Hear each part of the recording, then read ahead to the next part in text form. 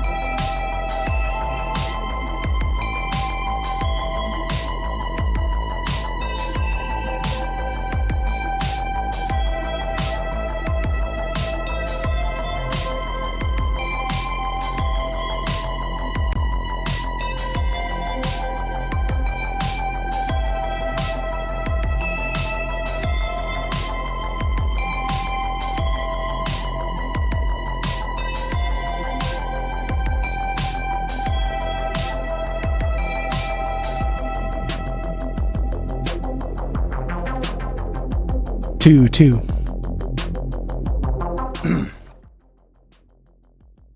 Check two.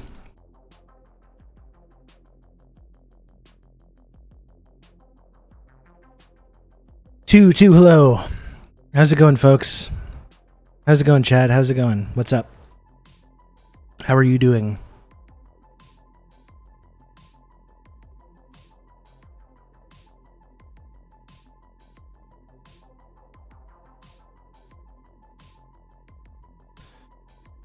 Sorry, sorry I didn't stream yesterday, folks. I had kind of hoped to squeeze one in, but I got kind of caught up doing some chores and some stuff I had to do, some groceries. I've been working on some cleaning. There's like, you know, in like your bedroom when things just start accumulating like around the edges. I don't know if this is just like a me thing or is it an ADHD thing or like what is it, but things just start like accumulating in the corners, on the surfaces, around the edges. And it goes on months and months and months go on, and then you start looking around and you're like, what is this? What is all this? You know? I had a power bar next to my bed, like with all the like a bunch of cords coming out of it, and it's just this big tangle of cords, and it's all dusty and there's dust everywhere. You know? Who put that there? I got like those disposable grocery bags. I got like those disposable grocery bags filled with what? Just like stuff? Just like junk? I think there was stuff that I wanted to give away. There was clothes I wanted to give away. There's like toys for my kid that I wanted to give away. A couple of boxes. Just like stuff. Just like a bunch of stuff. Useless stuff. That probably, if it shouldn't just be thrown out, probably it should just be thrown away. But, at least needs to be like put away. It needs to be in storage. So just kind of on a whim, I got into like, you know, picking up some of this stuff, organizing a little bit more. It is nice to throw things away. That's what I've been doing the last couple of days. That's kind of what I was into yesterday. Like I've got these bags. I had a bag of like old shirts that don't fit me anymore, that I don't wear. They're like old. I just like a bag of old shirts, and it's just like sitting in the corner of my room for, I don't know, God knows how long. I don't even know how long it was. And it's funny because I live almost right across from a Salvation Army. Like it's funny because sometimes there's these big impediments to giving this stuff away or doing this kind of stuff. Oh, I need a car. It's far to go and drop off this stuff. It's quite literally a 3-minute walk from my apartment to go do this. But that's what I did. I've been doing that. I gave away my bag of shirts. Good old Rob to talk you through all this. I'm speaking. Oh, excuse me. Getting all foggy. And by the way, thank you to Joe for the 11 months. Tier 1. Thanks, Joe. Thanks, Duke Vulture, for the gifted sub. Thanks, Joe, for a gifted sub as well. And thanks, Max, for the 26 months of Prime. Thank you. I have a bag of clothes in the backseat of my car as we speak. Are you sure we're not at all connected as one entity? I don't know. Maybe we're just all like this. Maybe we're just all like this. I don't know. But I have been making a little bit of progress. Cleaning some of this up, getting some organization. I still have like a whole... I got like a TV. I had like a TV stand that was like too small for my TV. So that's just been in my room for the last like year. And it's just, there's just a bunch of stuff. It's a bunch of dusty junk on there. And it's serving no purpose. That's still there, but I'm starting to make a little bit of progress with this. It does feel good. And you realize it's like, why is this even here? I could have thrown this away a long time ago and I would not have even noticed. My roomie has like 4 TVs. His grandma left him just cluttering up the living room, says he's going to recycle them. Eventually, he's going to get around to it, Duke. Eventually, he's going to get around to it.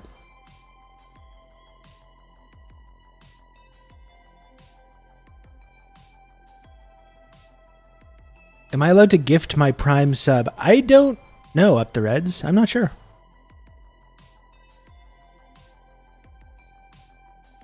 I don't really know. I don't think so. I don't think you can.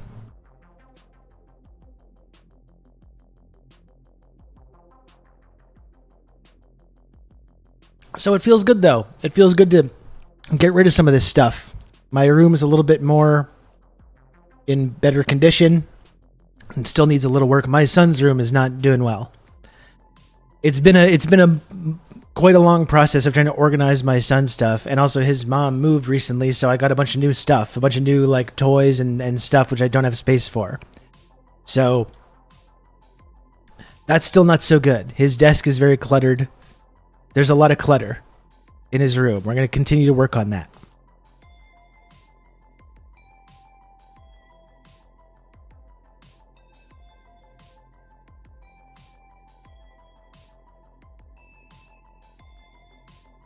Did the last sub not increase the amount? I guess not. I don't know. It costs money to recycle electronics in my area. Recycled an old broken TV and it was like $30.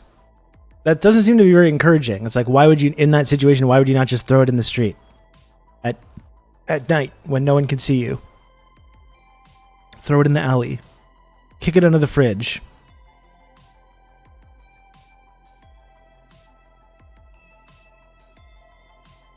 Throw it in the ocean. Why not? It's going to connect with the garbage patch, the Pacific garbage patch.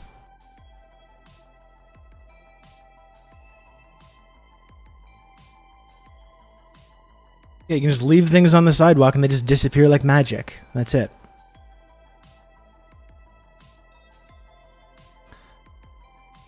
That is how that works.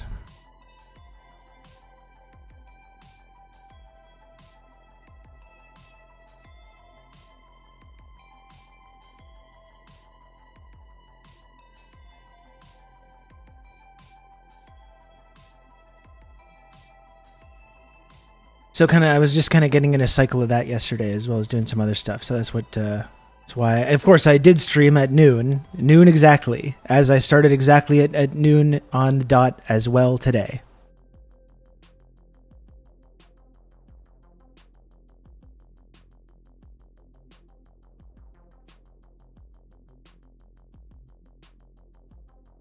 Actually, I'm pretty sure the city just opened a once in the month hazardous waste and electronics center, but it's at the landfill, so not sure if it's recycling.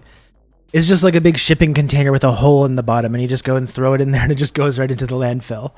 I mean, this is one of the things that has made me skeptical about recycling in the first place. Like there's like an eco center in Montreal where you bring all your old laptops and electronics and stuff to recycle them. And I think that was one of the things when I went through that. It's like it's waited months. Oh, I gotta bring this stuff to the eco center, and it sits in the car, it sits in the basement, it sits wherever it sits until it's like, I gotta do this thing, this annoying chore, this annoying task. Go bring it over to the eco center. Well, the eco center is literally just like a parking lot with a bunch of shipping containers. And that's all. And you just take your laptops and your TVs and your electronics and you toss it in the shipping container. And then you know what they do? That shipping container gets closed up and it gets put on a boat. And then the boat transports this shipping container full of junk to some other place where apparently it's recycled. Where what's probably happening is it's just like sitting at like this in this harbor in like Thailand or somewhere, where there's some kind of dispute about them no longer wanting to take all of our fucking junk.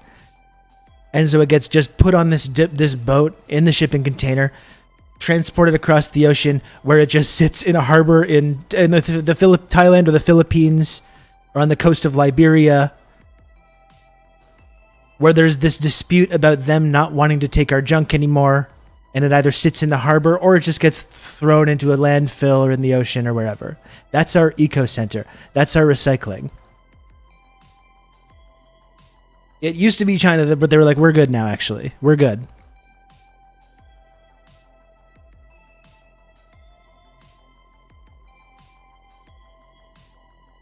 Well, that's just it, Alex Midnight. I'm talking about the eco center that I went to. That's what it was. It was just shipping containers. There's no refurbishing. There's no refurbishing and reselling them. No. From what you've been told. Boy, do I love the global north and our ecological stewardship. Exactly. And then we look at like China and these other countries and we go, can you believe their emissions? Look at the garbage. Look at the lack of respect for the environment and the natural world. These like barbaric other cultures, they're not like us.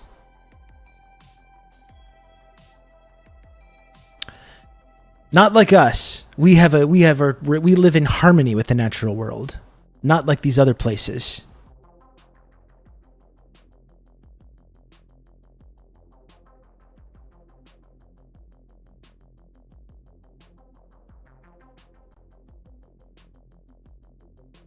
They not like us, exactly. That's how the song goes. That's what it is.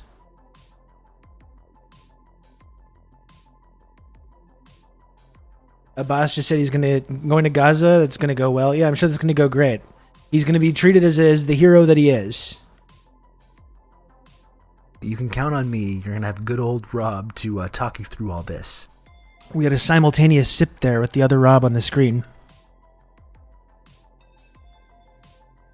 Joe, thank you for the gifted sub. And I gotta say, folks, any help today, either with subs or tips,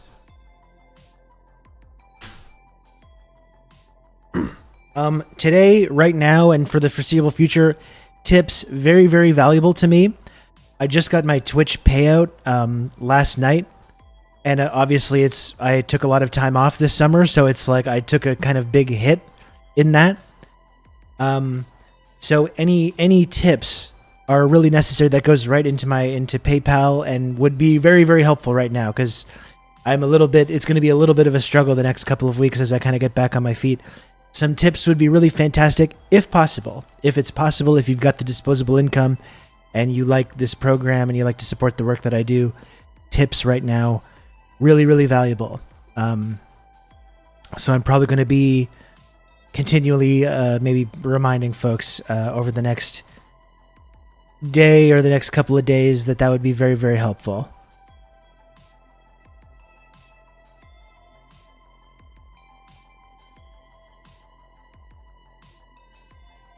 I got a tip for you. Use 2-to-1 ratio detergent on white clothes. Interesting. Is Abbas going to get got by the resistance or by the IOF? It's going to be the one thing that they finally agree on. Maybe that's the one thing that could end the whole war, end the genocide. The IOF and Hamas, the resistance, finally comes together and agree. You're going to have and good agrees. old Rob to talk you through all this. Here's to 39 more months. We simply use the computer to mark up the size of the account. Rob, I will use this tip to guilt you into clicking this very essential Goon News update before we get into serious news. Dakadoon, thanks for the 39 months. And Dr. Maggot, thank you for the 200 bits. Very kind of you.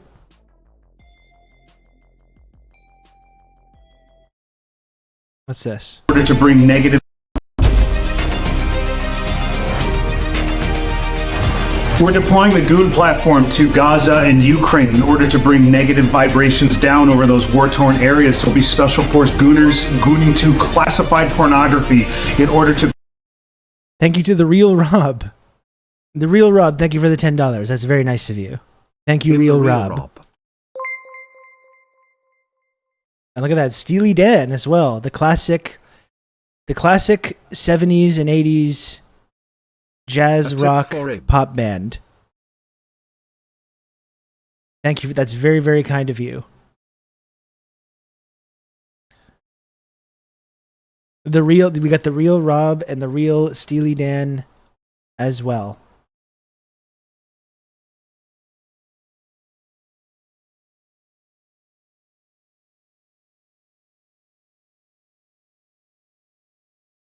Hold on, I'll get back to this Conor O'Malley update.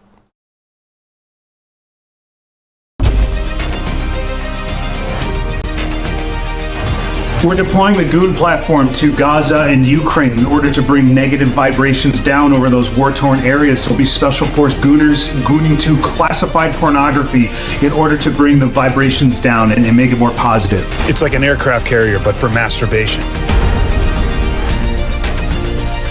As of 0500 this morning, I have deployed the USS Cream Pie and the USS Ruined Orgasm over war-torn regions. I'm not old, Jack. I'm going to be on a goon session for 12 hours on the USS Ruined Orgasm in Crimea. Man. Breaking news today out of Crimea. President Biden has suffered a stroke localized completely inside his scrotal sac. Biden was masturbating to videos of the actress Angela White on a goon platform deployed to southern Ukraine. We're just hearing now that President Biden is being evacuated to the Penis Medical Center of Ramstein Air Base. I just got off the phone with the president, and he is going to be undergoing experimental sounding, where they're going to sound his penis and suck the nut out of his sack, and then take that nut and put it into his mouth so that he can it's like a vaccine. Sad news today. President Joe Biden has died from a botched experimental penile sounding surgery.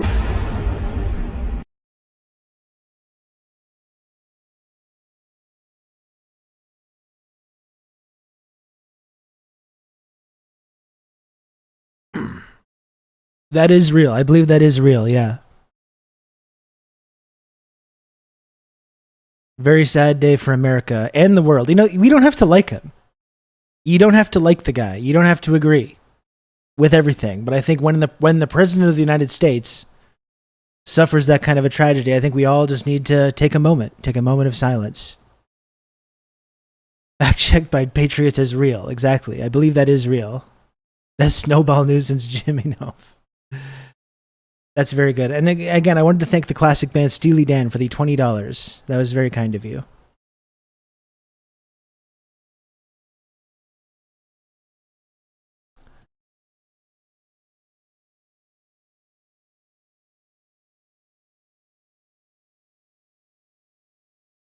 Wow. Well, what do you even say about that?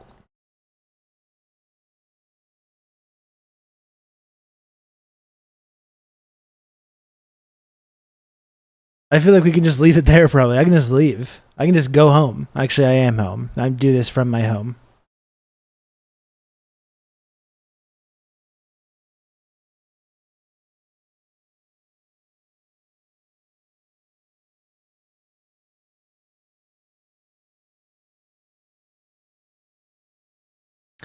As a Canadian, are you joining Goon NATO? I mean, I don't usually support NATO. As you know, folks, I've been very outspoken about this over the years on this program and elsewhere. I've been very outspoken about this, but I'm going to say yes, I will be joining Goon NATO. You know, there comes a time when it's time to set our differences aside.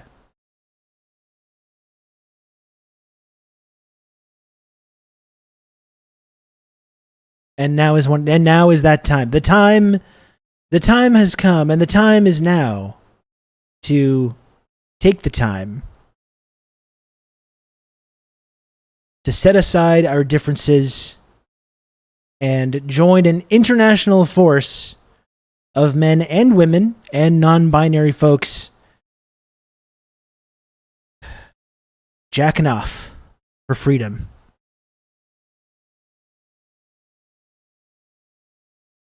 We were saying do not come.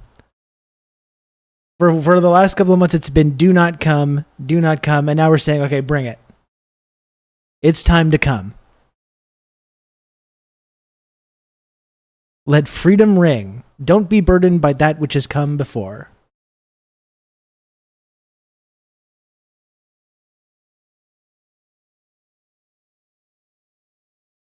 Well, what a way to start the stream. I genuinely don't know how to move on from that.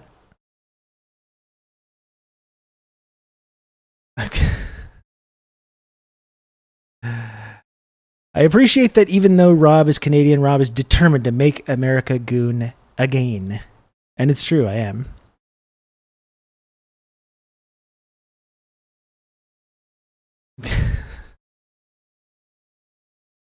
Wow. Genuinely, I'm kind of like shaken right now. So I don't know how to handle any of this. Where did gooning come from originally? I imagine, like most things, it came from 4chan. Like most internet memes. I'm sure that's the origin of it. Again, I heard about gooning from Norman Finkelstein. That was the first time I heard that term and understood like what that was, or kind of understood.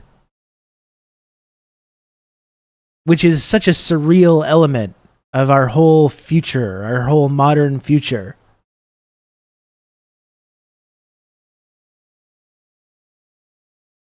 Is that I learned about gooning from prominent anti-Israel intellectual Norman Finkelstein. What a stupid thing. What a stupid world this is.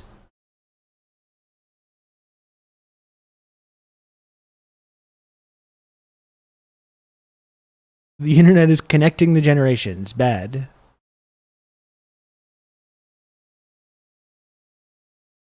Anti-Israel goon curious Norm Finkelstein.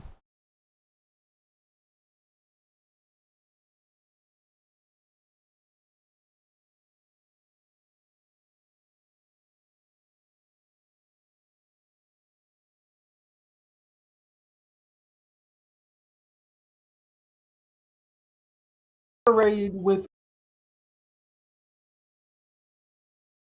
so saturated with sex, kinky sex, wild sex. There's an expression, I don't know if they coined it or whether it's a commonplace in your generation. The expression is gooning, Gooning. Grooming or gooning? Gooning, Gooning. It means basically being transfixed with porn, video porn, for like 24, 48 hours straight. If straight's the right word there. And it struck me, now I know this is going to sound harsh, but it struck me that even though this crowd considered itself bohemian, and even though this crowd considered itself, what would you say, anti-establishment, it struck me this was exactly the crowd that would go over to fascism. It had that feel of not, even though they consider themselves anti-establishment, it had that kind of uncomfortable feeling of these folks, if the moment of truth arises, you can count on me. You're gonna have a good old Rob to talk you through all this. They're gonna go over to the fascist side.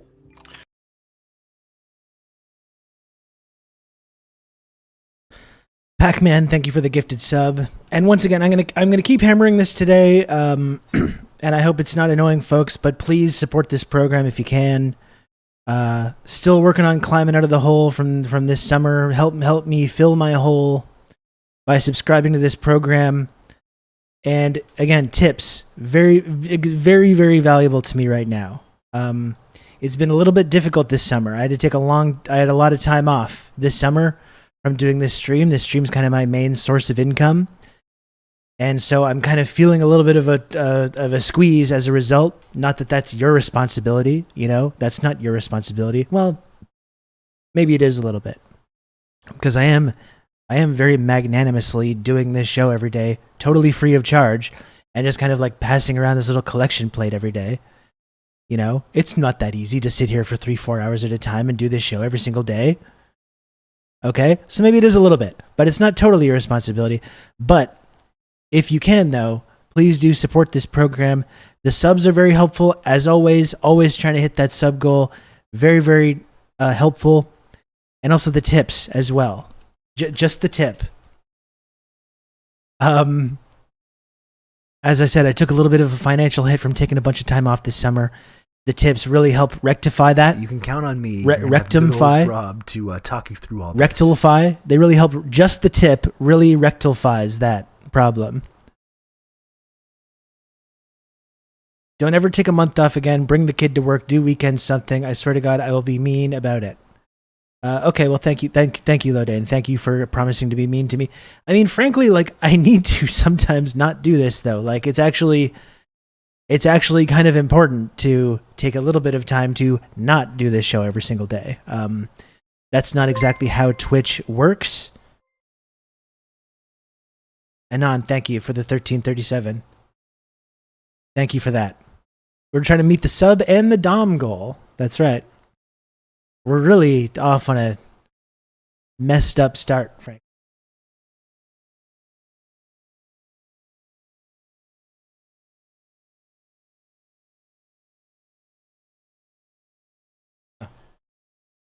And my light was not on properly.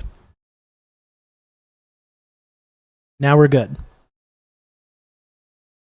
Bully the streamer with support. That's how it goes. Count on me. Yeah. You're gonna have good old Rob to talk you through all this. So if you don't mind, folks, I am going to go a little bit harder on this stuff today and then for the rest of the week, probably. And possibly even the foreseeable future. Count on me. You're going to have good old Rob to I hope you talk understand. You through all this. You know. Is this a Gooner stream now? Perfect Speller, thanks for the gifted sub. Oh, Dr. Maggot gifted a sub as well. Thank you, Dr. Maggot. Thank you, Cutman, for the 36 months. Tier 1. Thank you, Cutman. Okay, Rob. Seriously, wow. Oh my goodness, Squatch Drew. Outrageous. Oh, outrageous, Squatch Drew. Thank you so much. Very, very generous and very, very kind of you, Squatch Drew. I really do appreciate all the support over the years, Squatch. 10 gifted subs. Fucking amazing. Thank you for that. This has forever been a gooning stream. Yeah, that's right. And anyway, like I was saying, I always hate the whole financial aspect of this. I don't like it. What I would like to do is just like sit here and talk about important things and sometimes not important things. Sometimes just riffing, sometimes talking about my life, talking about what's going on, little philosophical nuggets that I might be coming up with. That's what I would like to do on here every day. If I was up to me, this number would just go up kind of automatically, you know? And people would say, oh, I like this. This is good.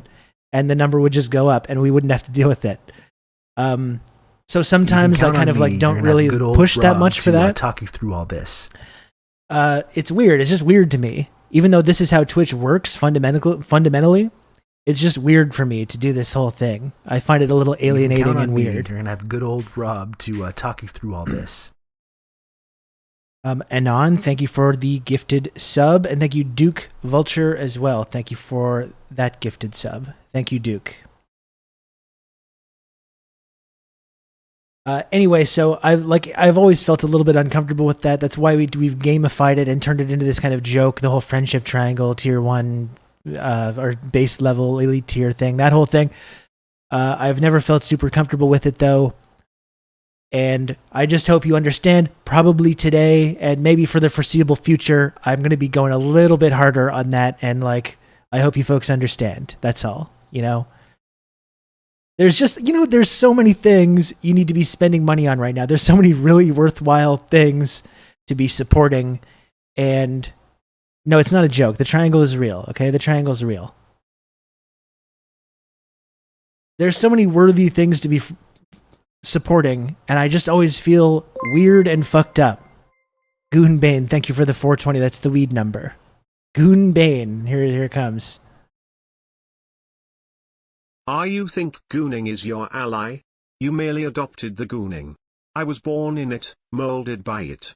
I didn't see the goon dungeon until I was already a man. By then it was nothing to me but blinding.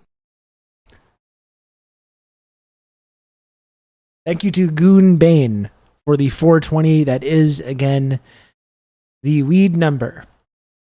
No, you know what I mean, though? It's like there's so many worthy things to be supporting. There's so much more important things than my silly little like radio show that I do here, my little cable access show, which is kind of how I think about it. Like when I describe what I do to people, that's basically what it is, right? It's talk radio. It's like Wayne's World. It's like I'm doing Wayne's World a little bit, but I talk about, like Stalin and stuff.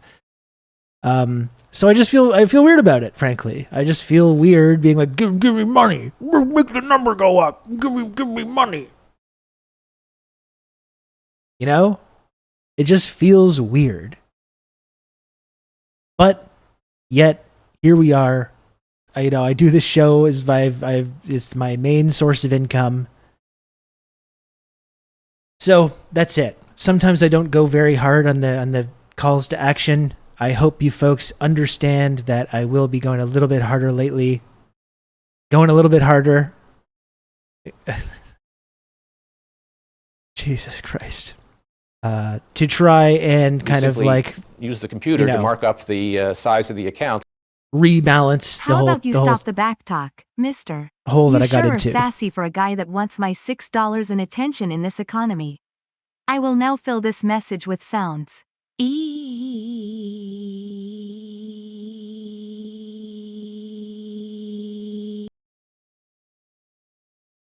Why didn't it do the sounds?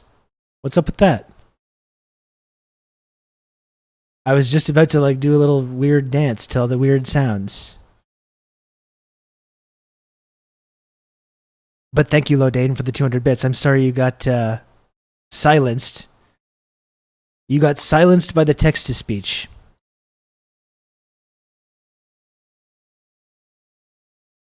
So that's it. I'll be going a little bit harder on that. You can count on me. You're going to have good old Rob to talk you through all this. I've got your back, Lodane, Lodane,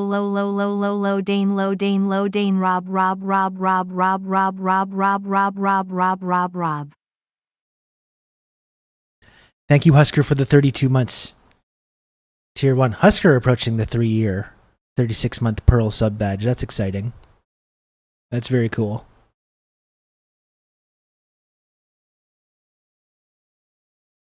So yeah, I will be going a little bit harder on that for the next little bit, and I hope folks understand. On that level, we're through level 4 of this hype train, 28% of the way to go.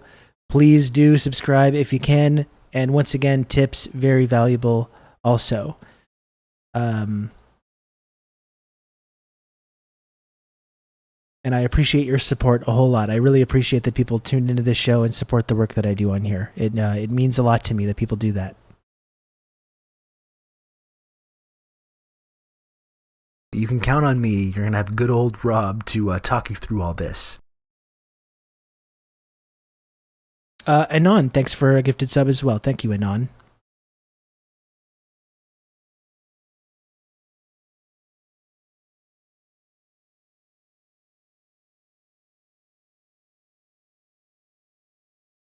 VJ Prashad, familiar with the concept of gooning, and do you have any words of encouragement for the gooning community at this time?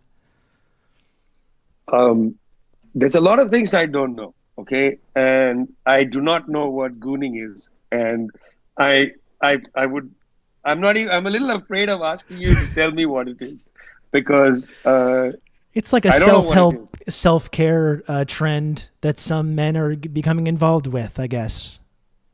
You mean like grooming? Gooning. A little bit like that. Yeah, it's a little bit like that. Are you, VJ? We get up to some stuff on here, don't we? We like to get up to some stuff. We have fun on here.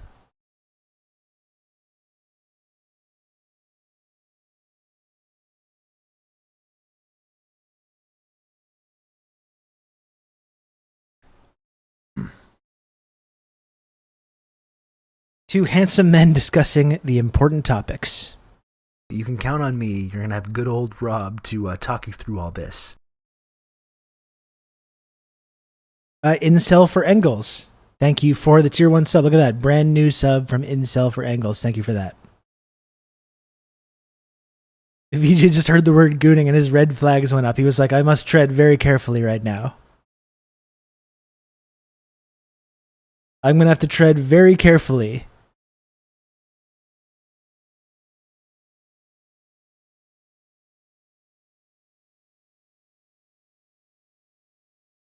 His answer was actually very sweet, though. That was the funniest thing about that whole interaction. He ended up giving this very kind of like thoughtful answer about like taking care of yourself and stuff. Like that was, I think, the funniest thing about that. Goon very carefully. That's right. That's what we got to do.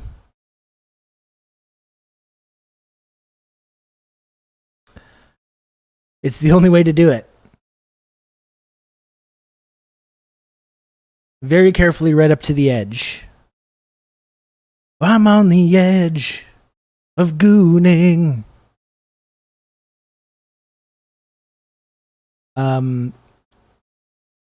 VJ's been had before, not his first time around the block. It was funny because the 3 times I've talked to him, it was, what was the first one? It was like, I asked him about Steely Dan. This year 2, I asked him about Avatar, The Way of Water. And then in year 3, I asked him about gooning. I got to come up with something good for next year's check-in.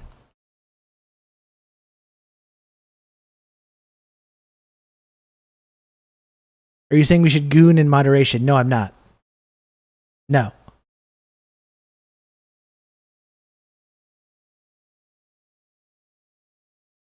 Ask him about the Rizzler or Skibbity. God, who knows even what the slang is going to be by that time, though? It's evolving so fast.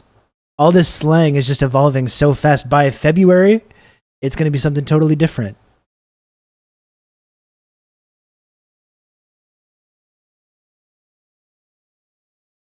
Gooning in moderation is just jacking it. That's what they say, yeah. That's what they say. You can count on me. You're going to have good old Rob to talk you through all this. Gooning by definition cannot be done in moderation. That is what they say. Thank you, Blueberry, for the 42 months of Prime. Ask him if he has a Gyat. The thing is, by that time, that's gonna be over. By that time, that's gonna be totally finished.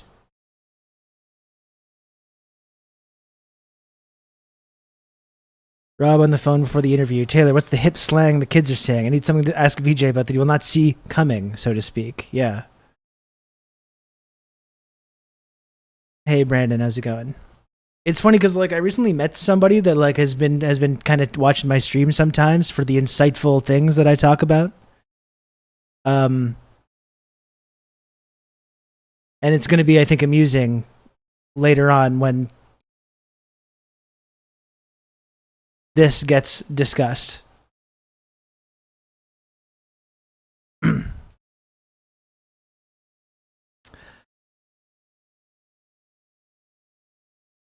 When they catch up on the goon portion, they go, so what is this show? You talk about like important things like geopolitics,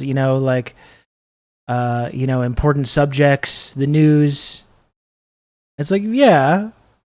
No, I do, yeah. But and other things, I guess. Like other things come up sometimes.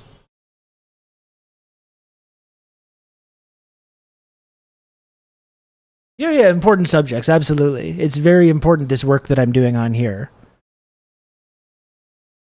It's geopolitics and jacking it.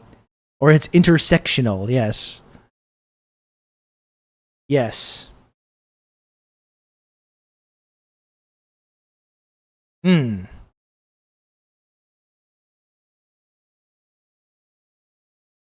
mullet is still very wet. I don't know if it's like humid right now, but it's hard for my hair just like won't dry. My mullet, I have a wet mullet right now. And The Last Jedi. That's a lot of discussion about that comes up. The bad, very liberal film Last Jedi with bad politics and the film that is not good. That's right. They're calling him Mr. Wet Mullet. That's right. It's like a very wrestler. It's very pro wrestler coded right now. Geopolitics, gooning, squibs. That's right. A lot of squib discussion. That's true. That's like a if not a daily thing. If not a daily thing, it's a weekly. At least once a week that comes up. I kind of want to watch Andor again. Season 2 will be coming out pretty soon too, and I'm looking forward to that.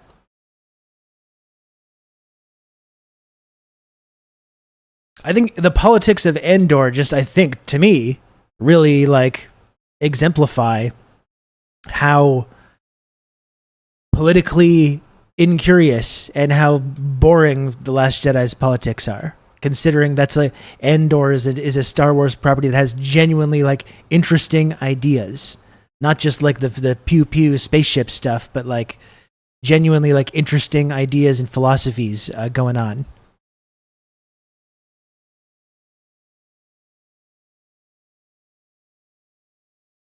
Andor is good. Andor is excellent. Andor is some of the best Star Wars ever.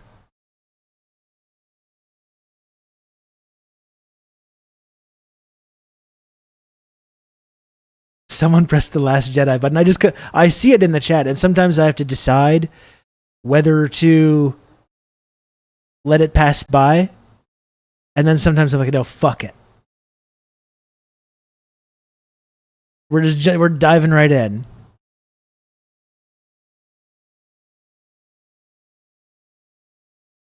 We're diving right into it.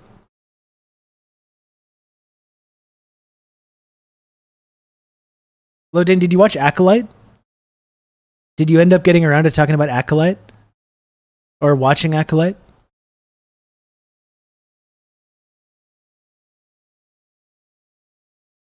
For every Andor, we'll get 10 Acolytes, assuming we even get another Andor. I didn't hate Acolyte, I just didn't think it was on the same level. There was things I liked about it, there's things I didn't like so much.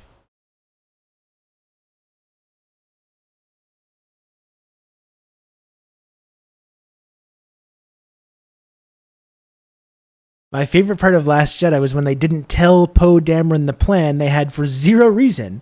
He just had to trust the process. He just needed to listen to the strong girl boss. He was this young upstart. He wanted everything right away. He wanted everything right now, his way.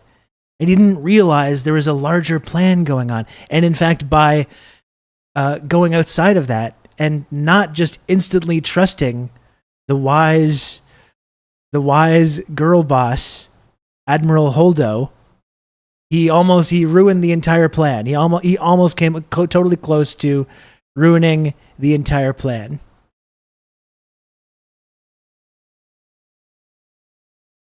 Lodane, it was Ryan Johnson that put a Hillary Clinton avatar into his Star Wars film. It wasn't me, okay? I'm just talking about it. I didn't ask Ryan Johnson to put a Hillary Clinton avatar into The Last Jedi. That's just what he did. That was on him. And have this entire Star Wars film be based on like Twitter discourse.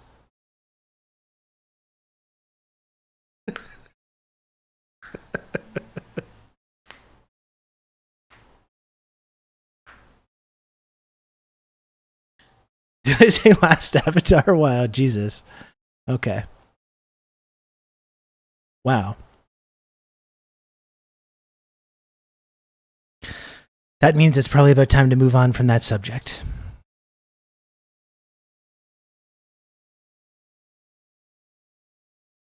The Yo Mama joke at the beginning was a definite omen. Oh, the whole broken telephone bit that started the film. I will never forget. I was in the theater. I was excited. I was so excited to see Last Jedi, Ryan Johnson. I was like, this is going to be fantastic. And I was in the theater in that opening scene with the broken telephone bit. And I was just going like,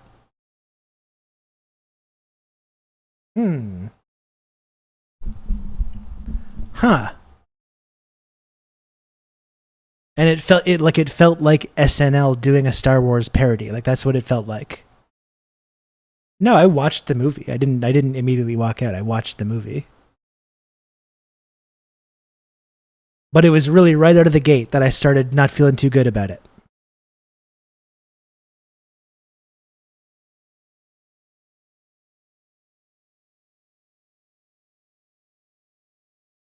Just starting off strong with some jokes from the 1940s.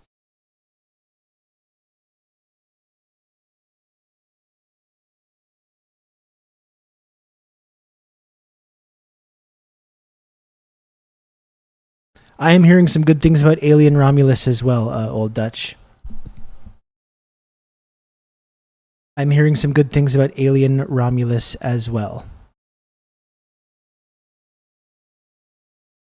The bombing run in space made me go, uh-oh. I didn't hate that. I don't know, whatever. I thought that was all right. I didn't really I think when you get fixated on like the physical stuff, like in a sci-fi film, and you're like, dude, that couldn't happen.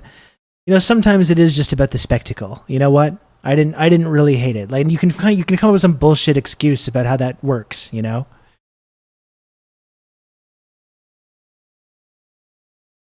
Yeah, I'm going to go see it too, Sam. I've seen some good reviews. I think it's getting some pretty good reviews.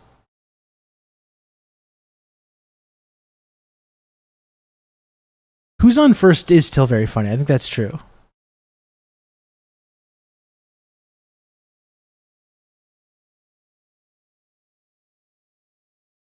After the soiled diapers that were Prometheus and Covenant, I refuse to believe anyone will ever be allowed to make an even barely decent Alien movie again. Yeah, I want to believe, Diego. And you know what, Diego? Even though we might have our differences about some of this stuff, specifically about Last Jedi, I know we've butted heads, we've clashed over it, you know, but I'm glad we can come together on that one. That's one we're totally united on.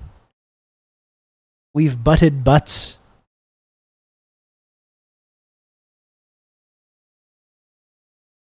Watched Civil War recently and did not hate it nearly as much as I thought I would. Politics are not very good, coherent, but it's an entertaining movie. Yeah, that's how I felt about it. It's definitely well made. It's really well made. The cast is good. Like there's certain things about it that I liked, but I think having a Civil War movie that really just kind of does not engage at all with the politics of like what's going on, I think is a little bit cowardly.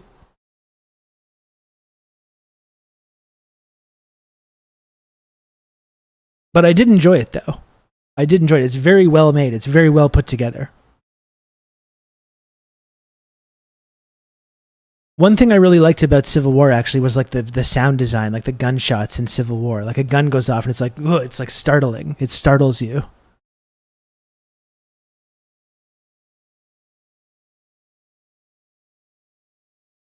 You know, a movie that I did not like that was the MCU Avengers or Captain America Civil War. That was the moment when I started to, because I was really into the MCU at first. I thought it was quite cool. And I really liked Winter Soldier. I really liked Guardians of the Galaxy, and I was kind of on board with this whole MCU process. It was a kind of unique. I thought it was a really cool experiment. This ongoing like shared universe thing. I thought it was kind of neat. And I was excited for Civil War. I was like ready to go see it. And that was one moment, again, in the theater. That's often how I gauge these things, right? Because a lot of the time I go into a movie and I want to like it. I don't go to a movie because I want to not like it. You know, I was there Prometheus opening night. I was thrilled. I was so excited to see Prometheus, and I have to go by my gut reaction in the theater, being like, I don't like this. You know, that's how I felt about Last Jedi. Regardless of all the discourse about it, I didn't really come up with any kind of like a take or on the politics of it until later, right? But in the theater, I was like, I don't like this. Prometheus, I don't like this. And Civil War, that was my feeling as well. I sat down, I had my popcorn and my soda. I was ready to enjoy it, and I had that feeling. I don't like this. I remember especially it builds to that whole like action set piece with the two Avengers teams going against each other, and it's just at this like, it's supposed to be the big like set piece point of the movie, and it's in this like abandoned airport, just this really like ugly surroundings. Like there's nothing really like interesting or dynamic about how it's like shot or anything, and I was like, I'm kind of like underwhelmed by a lot of this.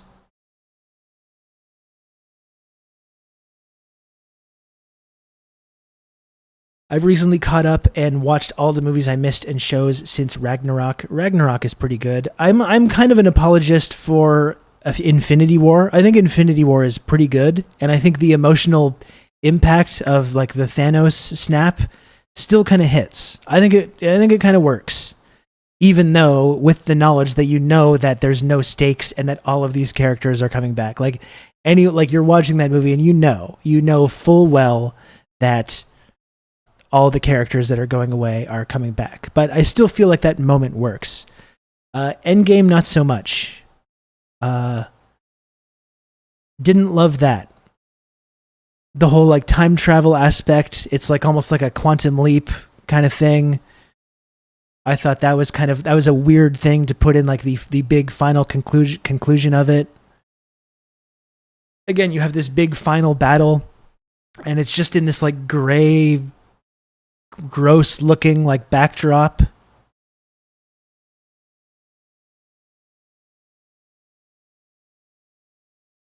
The MCU movies that go more into the sci-fi space realm with way less CIA military stroking off are still solid to me. I just can't watch and separate the propaganda from the others. It's so blatant. Yeah, I mean, that's definitely a part of it. I mean, my take on that kind of stuff has always been that, like, when you see something that's, like, very obviously kind of like CIA propaganda, it's still sometimes entertaining. You know, it doesn't mean that it's not entertaining. I think 24 is a good example of that. I was having a conversation the other day about 24. 24 is like... It's like basically fascist propaganda. It's very entertaining though. It's very well made. But yeah, sometimes it's kind of hard to separate.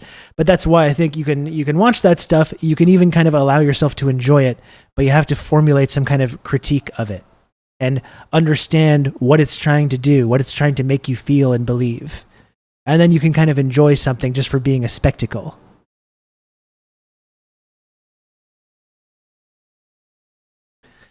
I don't love all the government CIA tied shit that the Avengers movies have. Let's have it more fun superhero crap. I think Black Panther is the ultimate example of that. Black Panther, which has like a fundamental like political message of like being a radical black nationalist who wants to arm and fund all these like marginalized groups in America and around the world to like violently overthrow their oppressors. That's bad. But what's good is opening a single community center in South Central Los Angeles using your vast wealth. That's like that's the political message of Black Panther. It's like, and you work with the CIA as well. Literally the CIA, not some Marvel Shield or like some other like intelligence agency thing. Work with the actual literal CIA to overthrow the radical black nationalist and build a single community center in South Central Los Angeles.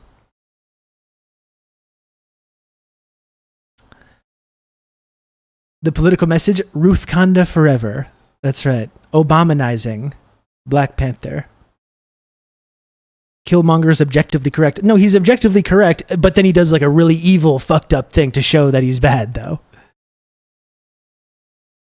He does a really evil, fucked up thing. He kills like his girlfriend, or he does something super fucked up because it's like, okay, well, this guy's bad though. Even despite the fact that he's saying all these objectively true things. He's saying all these objectively true things, inarguably true, but he's bad though. Because look at him being violent towards women. Rob's talking about his employer. That's not true. You're the government employee around here, Red Scary. How do we know it's not your employer? What government agency do you really work for, Red Scary? We've heard the cover story. We've heard the cover story. I'd be interested to know what's really behind that.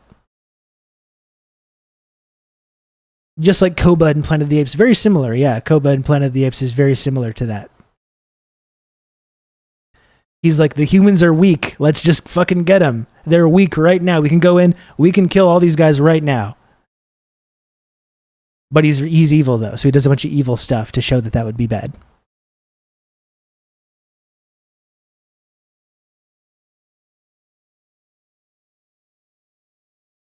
The shit he does is fucked up, which is why I'm all on your dumbass with this girl boss shit all of the fucking time. I think it's, honestly, Lodane, like, maybe you just don't agree, and I get that. I think it's important to talk about the girl boss thing because the girl boss dynamic has been used very cynically and evilly, I think, by the kind of ruling class to disguise, I really think, harmful ideology to like, because of these like identitarian reasons, because of like distilling like feminism down to this, like supporting these powerful women like Kamala Harris, who's like funding a genocide, or like Hillary Clinton, who's overthrowing Libya. I think it's important to unpack that. And if I do cross the line into like mockery, then I'm trying not to do that. I genuinely don't want to cross the line into just using it as an excuse to like be ironically misogynistic. Like, I'm not actually trying to do that. So if I do that, I do apologize.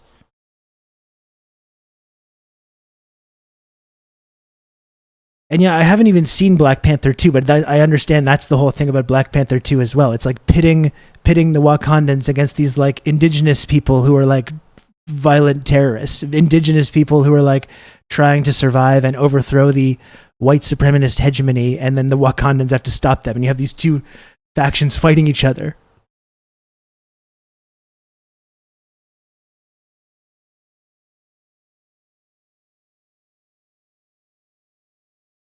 And you know what? This is like a good way to get into what I wanted to talk about, which is like focusing a little bit more on Palestine, because there's been a lot of stuff about coming out of Gaza, more horror. I just wanted to recap some of the horror stories that have been coming out of Gaza the last couple of days. I know a lot of people are wanting to pretending that that is not going on anymore.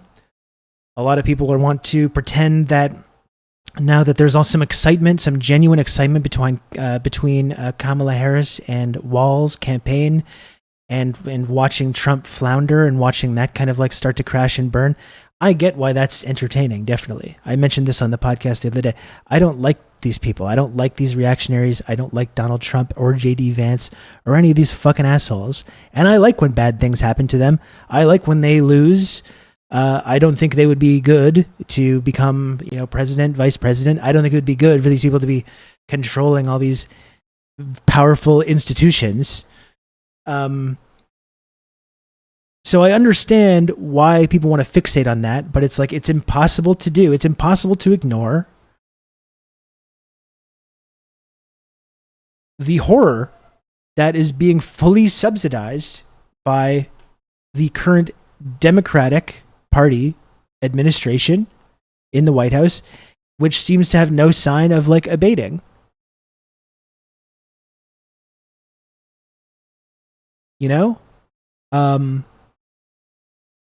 It's deeply, deeply fucked up.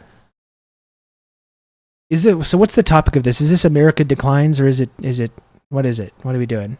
Okay, let's just do this. Like, I don't know about you folks. This has obviously been something that we've spoken about a lot, but it's been 10 months of this, and I find it deeply fucked up. The way that like you can log onto social media, particularly Twitter, and say what you want about Twitter, like, or X.com, and the things that Elon Musk has kind of unleashed since taking over. I think it's still one of the better sources for sharing content about Palestine and about Israel's genocide in Palestine. And it's just so like the whiplash of just scrolling through your timeline and seeing like jokes, seeing people people riffing.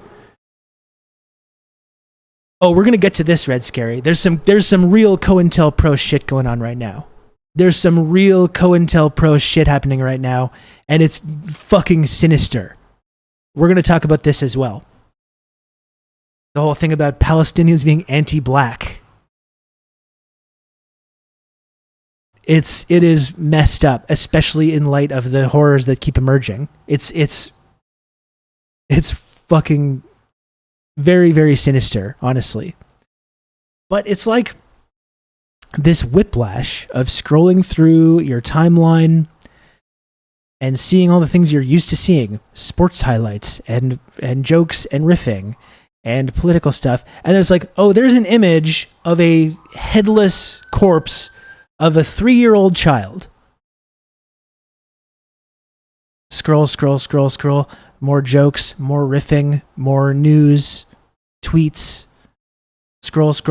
Oh, there's a child with his legs blown off at the torso, and they're putting this child in like a sack. You can count on me. And putting his legs to talk you through all this. Where his legs are supposed to be.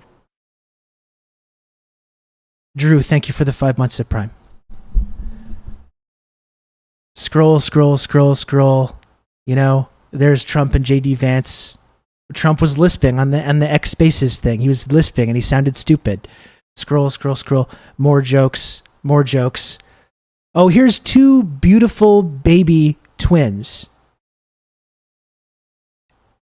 And their mother, who were just murdered, and their father beside himself with grief, screaming and crying and being held.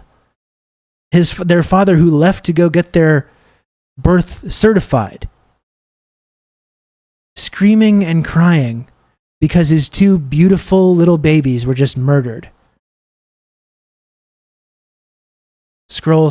Like, this is not like, we're all being inundated with like a completely unprecedented like form of like almost psychological warfare. You know what I mean? It's like we're not supposed to be used to seeing this. It's not supposed to be normal.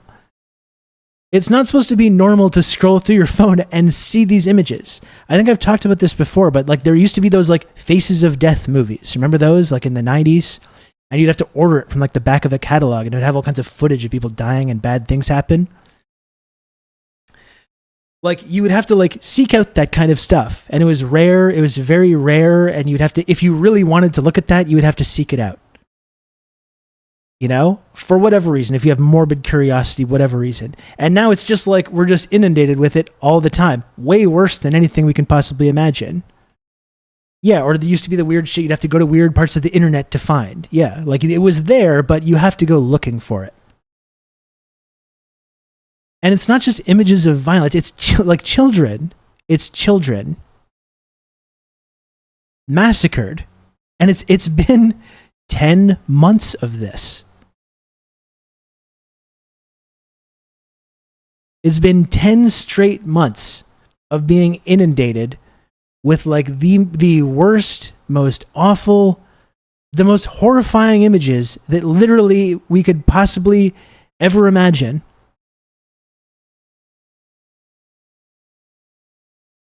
Like, I can't think of anything worse. I cannot think of anything worse than seeing an image of a little baby, a little toddler, 3 years old, and you see the pictures side by side of their beautiful face and their beautiful smile. And then right next to it is their fucking dead, dangling corpse with a big bloody gap where their head is supposed to be.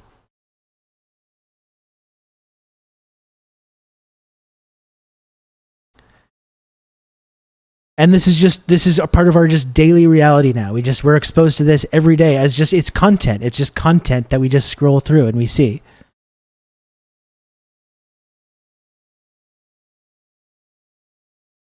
And I saw a new indescribable atrocity just today. I don't doubt it. It's been 10 months of this happening every single day for 10 straight months.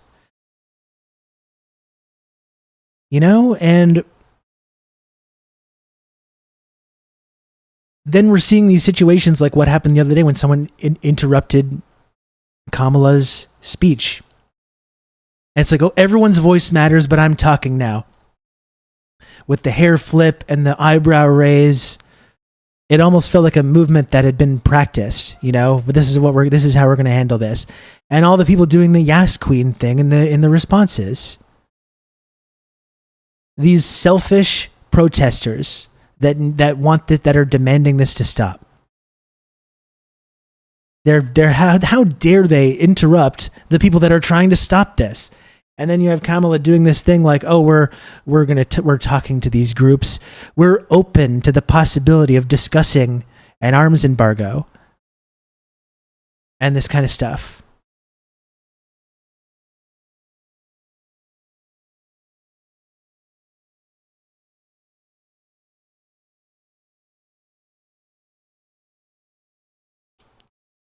Show examples. I don't like, so this was like a week ago, Lodan, and I don't know that I bookmarked any. I can try to, the one that I really remember, I can try and I can try and find.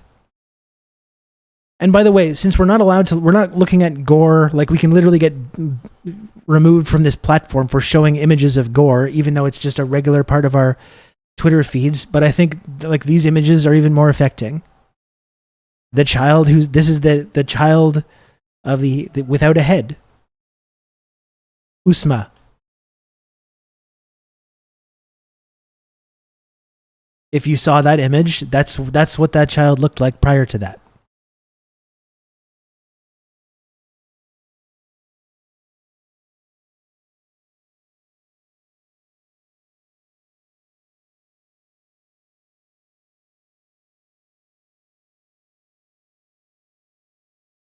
Here are these two beautiful babies that were murdered in a precision strike using a bomb that was manufactured and supplied by the United States of America.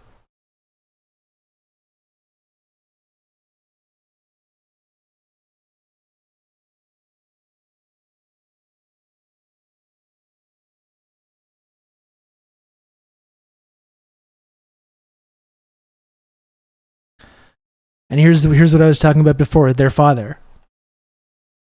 And I know this shit is upsetting, but like we can ignore it and pretending it's not happening like a lot of people are doing right now.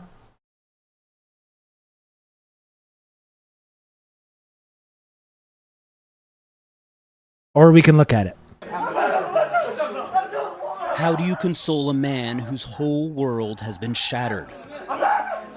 A man who hours earlier was locked in the warm embrace of his wife and newborn babies, but now cries out in agony, begging to see them one last time.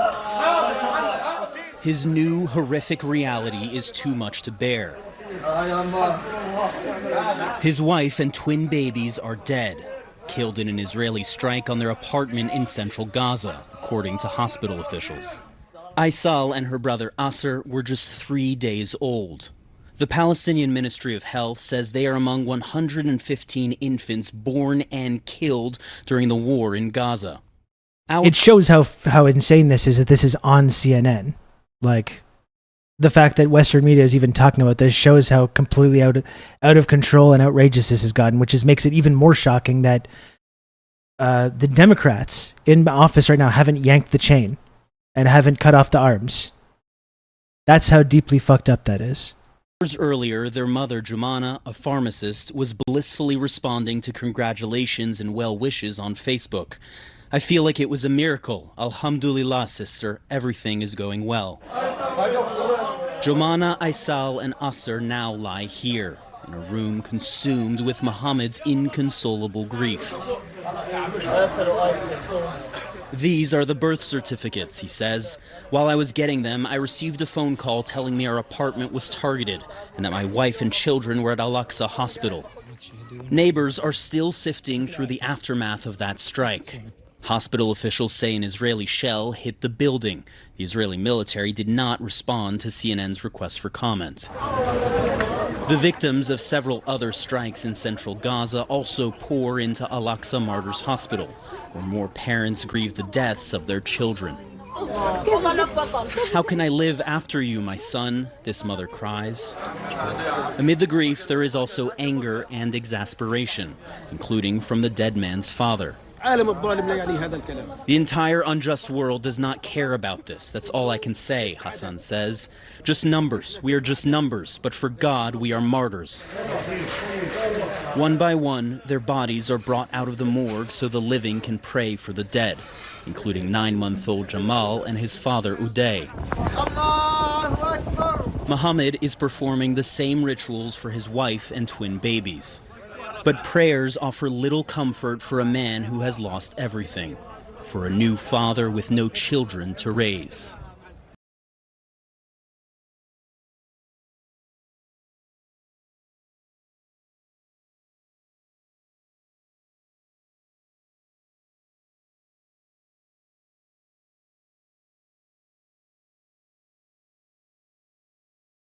August 13th.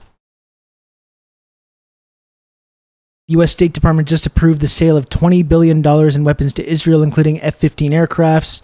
missiles, and tank and mortar cartridges.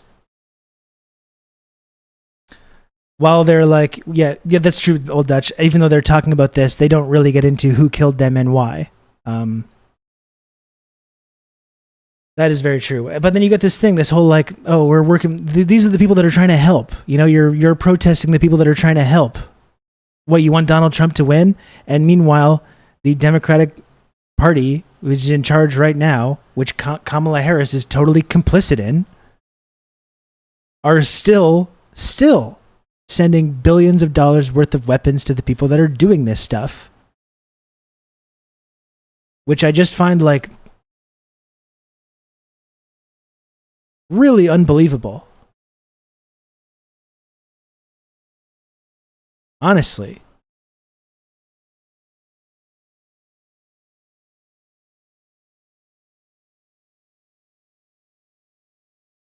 Parliament in the U.S. issued certain statements mourning the loss of life from some of these killings, and you talk about deterrence. Just hours ago, 2 twins who were newborn were killed in Gaza with their mother and grandmother as their father went to collect their birth certificates.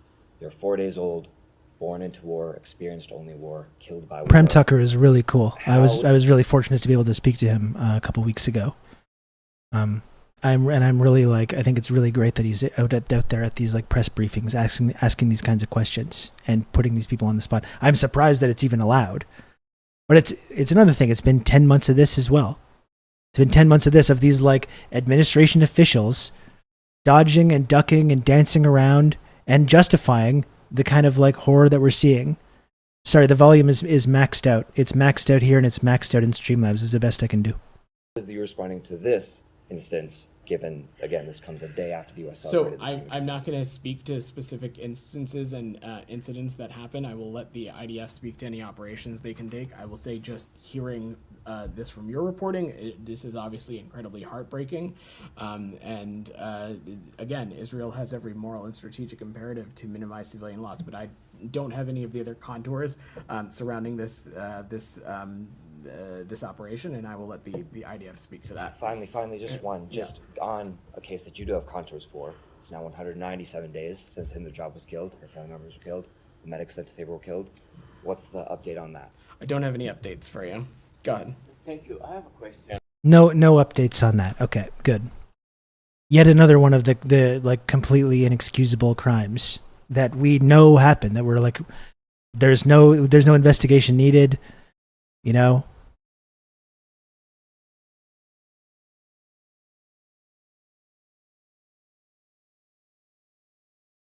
It's really crazy.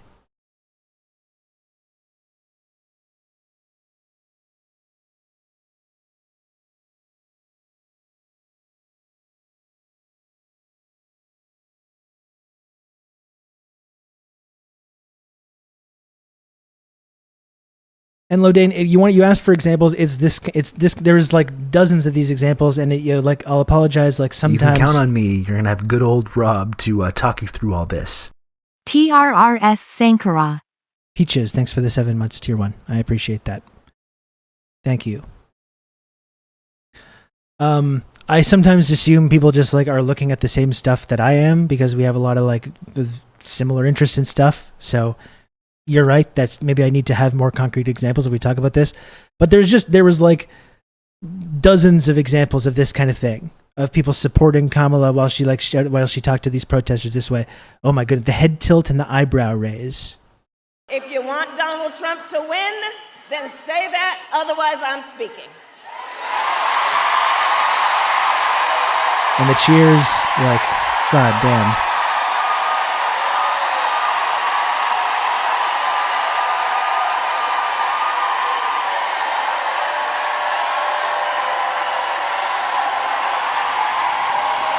But no, I didn't save every single example of it. But there was dozens, if not hundreds of examples of this kind of like promotion, like celebrating her response to these protesters, who are correctly calling for an arms embargo because of all of the horrors that we've been discussing, you know?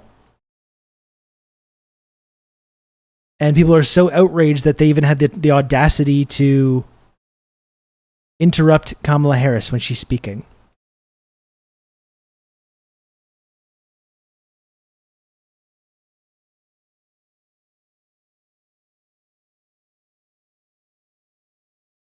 This was okay, so this was after the criticism. Okay, this was the next time. This is the next time this happened, after the criticism.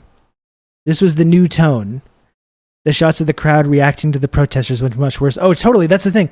It's not just people on Twitter. It was people in the audience turning around with like contempt. How dare you? Like turning around with like contempt and looking at them like they're like, what are you doing?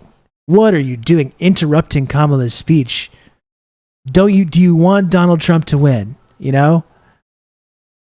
And looking at them like they're fucking... And listen, I think it's totally legitimate to protest Kamala Harris or whoever else over like criminal justice, environment, climate, anything that the Democrats are not doing enough on. I think that's totally legitimate as well. Healthcare, people want healthcare. You know, if they were doing that, I think that would be totally legitimate. But looking at them like it's that, like it's just some political issue. You're interrupting over this like political issue. Don't you know how great she is? And just looking at them like they're pieces of shit. Like that was really fucking gross, honestly.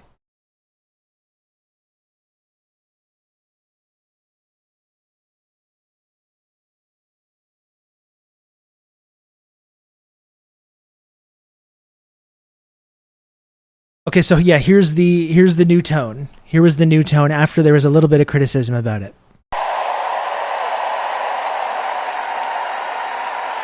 Which includes respecting the voices that I think that we are hearing from. And let me just say this on topic of what I think I'm hearing over there.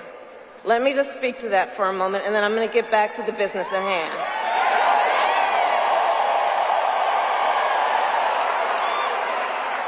So let me say, I have been clear. Now is the time to get a ceasefire deal and get the hostage deal done.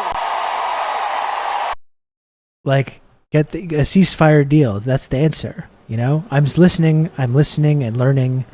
I do see you. I do hear you. You know, I see you and I hear you.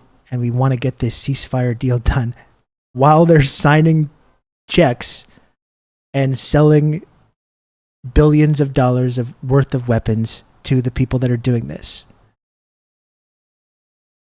And there would be a ceasefire right now. There doesn't need to be a deal. There doesn't need to be a ceasefire deal.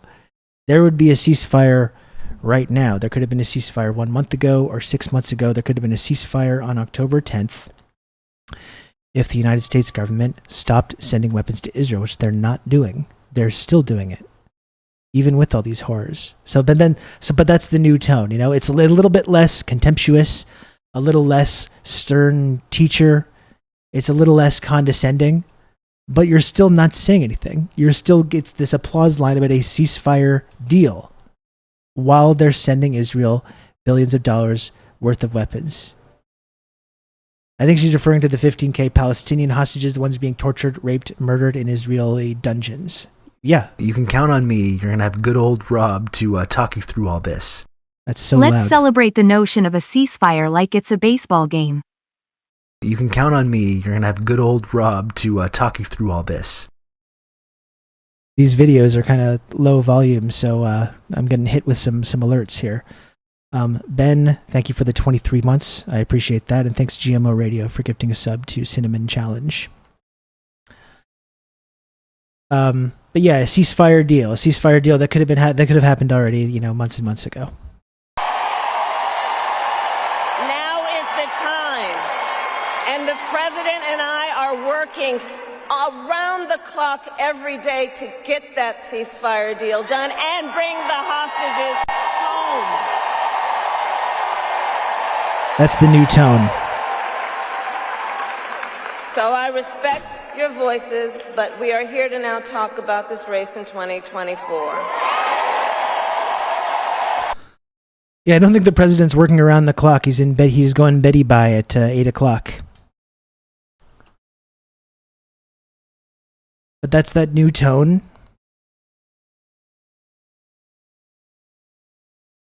And let's talk about these hostages.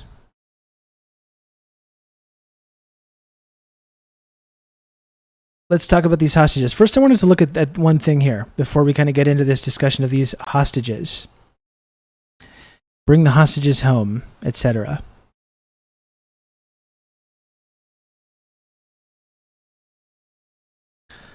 Scrolling through, I gotta just find the Sunday Times report. The Sunday Times report. Torture in Israeli jails. Anyone want to guess the date? Do you want to guess the date of when this report about torture in Israeli jails was published? I will give you one hint. It's not been in the last 10 months. It was 47 years ago. 1977. 1977. For the first time in its history, the respectable British paper Sunday Times published an eyewitness report on the situation of Palestinian prisoners in Israeli jails. The PLO Foreign Information Department republishes the report without any diversion in its original words and pictures.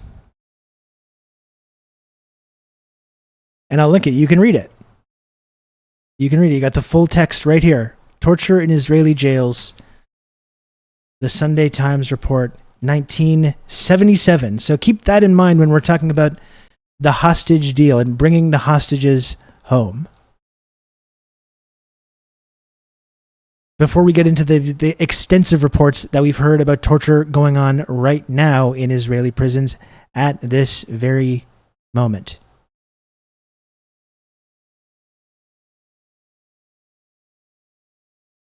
This is some guy, Rob Russo, some leftist based in Canada. I was turned on to this sick individual, and I found this. Lesbian Hot Sauce. Thank you for the raid. Thank you for the raid to friend of the stream, Lesbian Hot Sauce. I hope the Lesbian Hot Sauce stream was fantastic today. Thank you for that. And I appreciate it. Hello, Raiders. It's me. I'm Rob Rousseau. Talk here about on TRRS every day about geopolitics and pop culture, gooning, squibs. Those are the main things that we do like to talk about. I eat a lot of food as well. Right now we're talking about torture in Israeli prisons, though. While we're talking about, Kamala Harris responding to these protesters saying we got to bring the hostages home. So focusing a little bit on some of the extensive reports about torture and rape in Israeli prisons that's going on, not just, recently, but going on, I just pointed out, all the way back to 1977, the Sunday Times report on torture in Israeli jails, not this new phenomenon. While we're talking about hostages and this hostage deal. Canadian doctor Ben Thompson tells the story of a doctor in Gaza who's... Okay, so this is just a Canadian doctor Ben Thompson. Let's hear what he has to say. I met a Is this guy patient who was Hamas? a physician. He had been working in the hospital when the Israeli military initially bombarded the hospital. Then they entered the hospital, instructed all the patients and the staff to leave. My patient insisted that he needed to stay behind to care for his patients, many of whom couldn't leave. He was then told to strip naked at gunpoint, then held at gunpoint for hours and in fact for 2 entire days.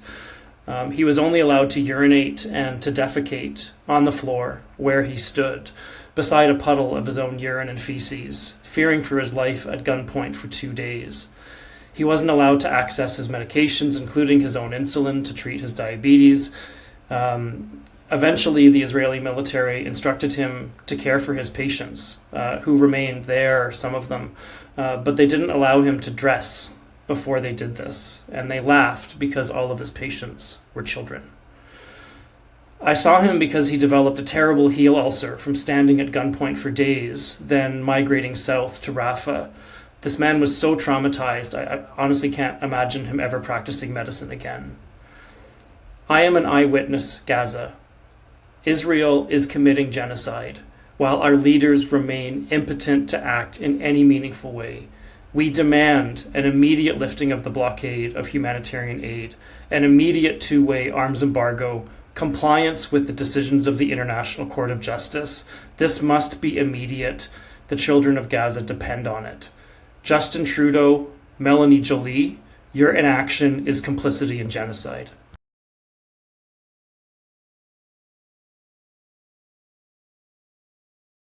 And how many stories are there like this? How many stories have we heard like this now? You know? Most countries would have war declared on them already. Absolutely. And it's like, it's hard to understand how this is going to stop without that.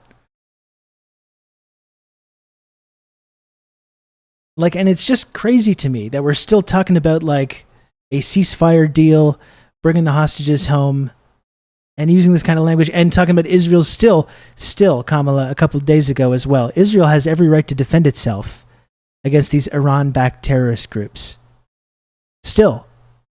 And no one in the State Department wants to answer these questions.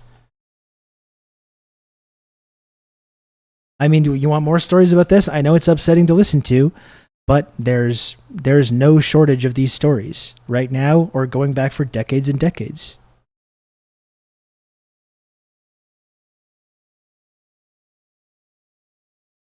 An estimated 10,000 Palestinian children have been held in military detention over the last 20 years. With 20 years, not 10 months. With Save the Children noting that they are the only children in the world who are systematically prosecuted in military courts. As of November 20th, Israeli forces had arrested as many as 880 Palestinian children this year, a practice made possible under Israel's draconian military laws.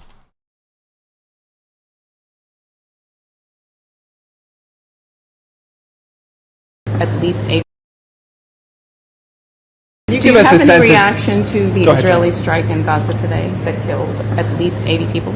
That's the death. You know, yet again, there are far too many civilians who have been killed. I mean, Israel has a right to go after the terrorists that are Hamas.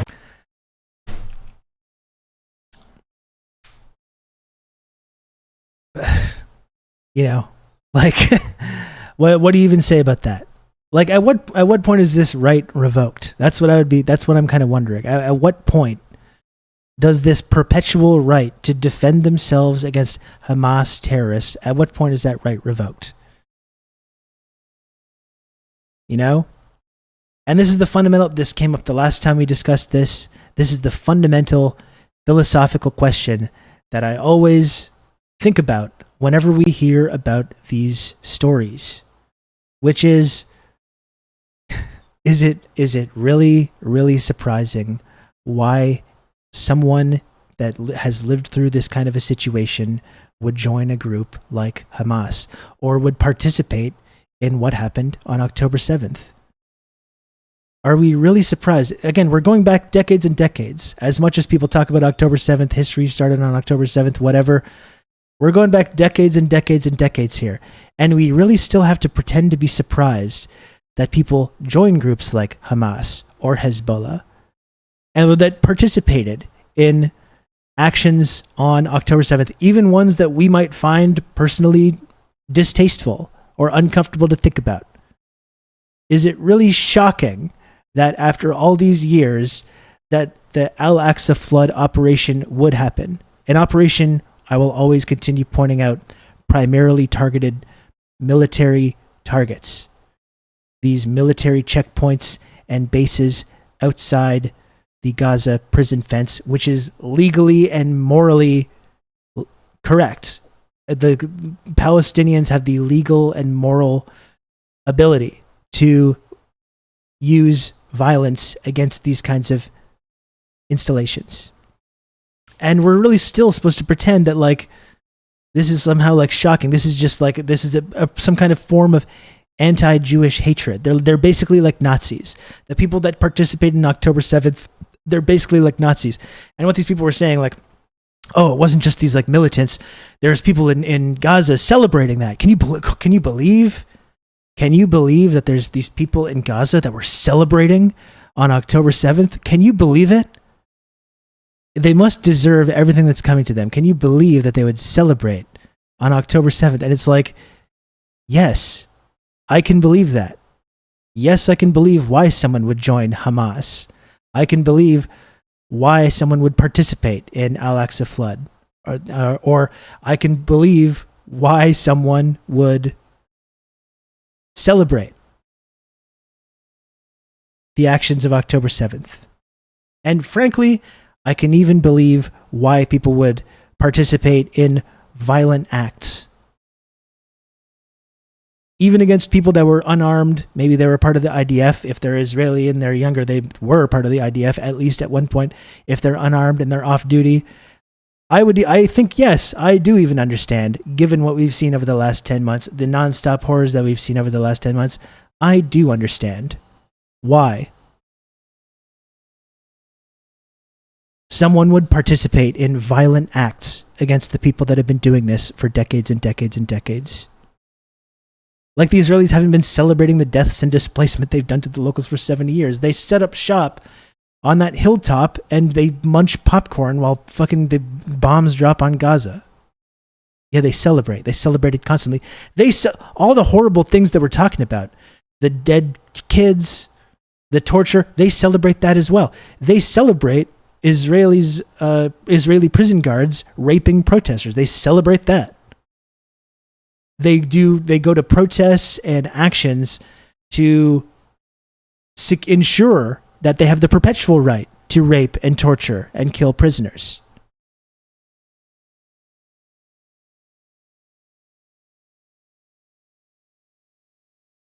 And people still act shocked. Oh, they celebrated on October 7th. Oh my gosh. Oh my gosh. They celebrated.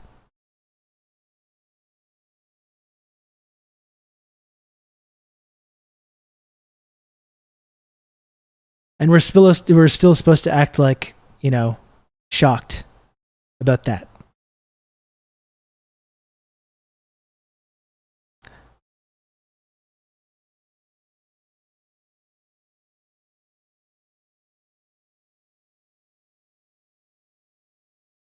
Neo Retro Diary says, I understand he could rationalize shooting up a rave, but I'm still not pro shooting up a rave. Well, even let's say that narrative, which has been promoted, that's what happened, that Palestinians flew in on those paragliders, they didn't know that rave was happening, and they just shot up the place, I think, yeah, if true, that would be something that should probably, if you have a sort of visceral response to violence, should make you a little bit uncomfortable. Now, I don't think that's the exact narrative of what happened. Maybe it did. Maybe there was some of that. We've all seen the images of the hundreds and hundreds of blown up cars. And we've heard the reports about what was going on, the Hannibal Directive and all this stuff.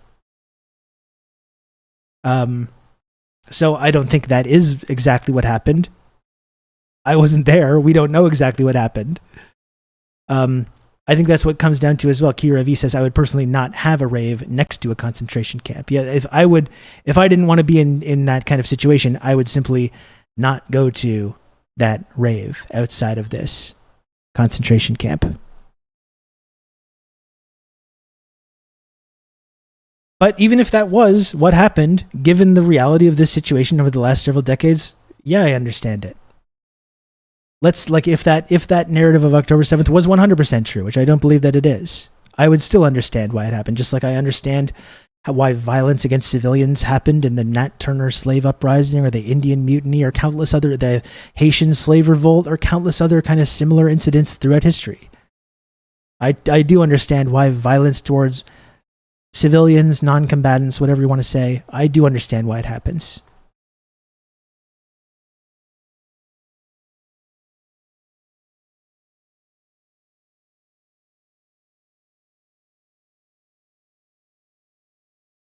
Here's another doctor returning from Gaza, and these are I think these doctors that are going to Gaza who are heroes. These people are absolute This is some guy, Rob heroes. Russo, some leftist based in Canada. I was turned on to this sick individual, and I found this. Hello, Majority Report. Hello, welcome. Thank you for the raid. I appreciate it. It's me, Rob. Thank you for joining the stream. How are you doing? How is the Majority Report stream today?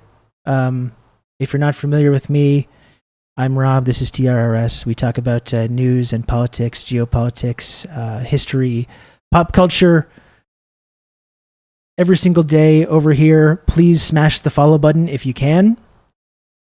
That's one thing you can do, even though we just met. It's one thing that you could do to help out this stream is just by hitting the old follow button to get a little notification when I do go live. We're just talking a little bit about Palestine right now, and specifically some of the horror stories that are being told by doctors, by eyewitnesses about the kind of torture and misery that's going on currently in Israeli prisons and in other kind of situations. I was just talking about some of these doctors that do volunteer to go to Gaza, and just how these people are just like the bravest heroes, you know, the bravest heroes that I can possibly imagine. People that are volunteering to go into this situation, and when they come back, the stories that these people are telling are genuinely really shocking. And we've seen a lot of shocking images and heard a lot of shocking stories over the last 10 months. But the kind of things that these folks are saying when they come back is truly, truly shocking, reminiscent of like any of the worst evil atrocities committed in modern history. Like, it's truly, truly terrifying. You know? And this is the place that the United States government is still sending billions of dollars worth of weapons to this day. This week, there was a new $20 billion arms transfer. Still full support for these people who are just like gleefully massacring children, torturing and raping people. It's just the worst evil you can imagine, on par with absolutely anything. On par with absolutely anything in modern history. The evil, the sadism of it. You know what I mean? It's not just like, oh, we're protecting ourselves, we're defending ourselves, we're bombing this captive prison population, and civilians are dying. You know, shucks. This like the cruelty and the sadism of it. The sick pleasure that many people in Israel, both in the military establishment and just like people that live there, seem to take in this. And this disconnect that I feel between these kinds of stories that we're seeing with the just unflinching support that the United States government is showing this nation. And also what U.S. did in genocide of Native Americans. Yeah, well, it's settler. That's why Israel is a settler colony. You know, this is what we're seeing is settler colonialism happening in real time with modern weaponry and modern documentation of it. Quite a lot of Americans also enjoy that, or Europeans. I mean, that's true to an extent. I mean, I remember when Abu Ghraib happened. Remember Abu Ghraib, when all the reports of Abu Ghraib came out? I don't remember a lot of people saying like, oh yes, like we should be doing this. Maybe there was some of that. I don't know. There probably was. But I don't remember that being like a mainstream sentiment. What I remember hearing about that, even from like the pro-Iraq war, pro-military people, when Abu Ghraib and the stories of that came out, was like, oh, this is like some bad apples. You know, this is like an unfortunate incident that happened. Just, you know, guys being guys and getting carried away, the boys getting carried away. And we got to look into it and make sure this kind of thing doesn't happen again. I don't remember people. Maybe there were some people defending it, but there's also a difference between defending something and celebrating it, and openly laughing about it and celebrating it. Maybe that was happening. Like maybe it was, but I don't remember it being quite like this.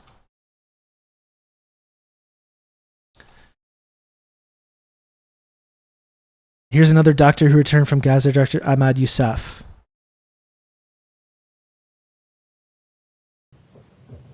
They bombed another school. The kids are not dead. They are burned, alive, dying, babies. Sorry, this is graphic. Okay, I don't really know what to do here because it says this video contains graphic images including scenes of violence and severely injured children. I generally don't know what I'm allowed to show in this program. I don't want to get this stream banned for talking about this and showing this. No audio only? I don't think that people really truly understand how bad things are.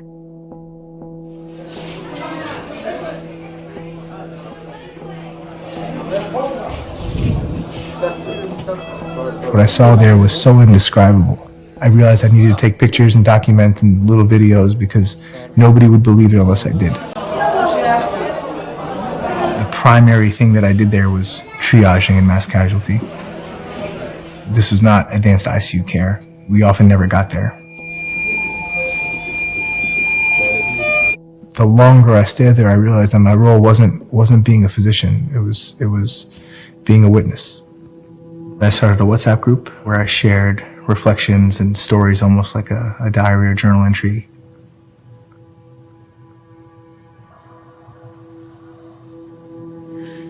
Reflection Update 14. July 5th. This is worse than I ever could have imagined. Shrapnel pulled from 1.5-year-old baby's chest wall. Gloves for every helping hand is a luxury. Hemostats being sterilized via alcohol and betadine, if you're lucky. I mean, Alec, what you're saying, I understand having respect for victims and not showing awful things online, but I also think people are not seeing the true horrors of this massacre with the censorship. I mean, I agree with what you're saying, and I think we should show it.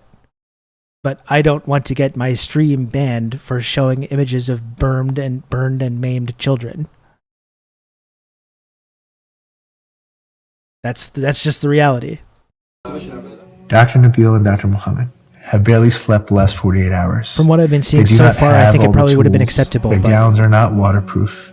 The electricity goes out regularly, but they have tag-teamed case after case and just keep moving.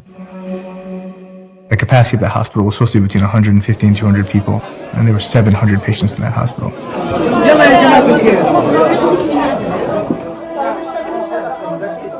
Last night was bad. Depressed skull fracture. His father tapped me on the shoulder many times, asking what I thought. This kid sat upright with no pain medicine as they washed out his shrapnel wounds. Small child with a blast injury / traumatic brain injury. His odds of surviving were little.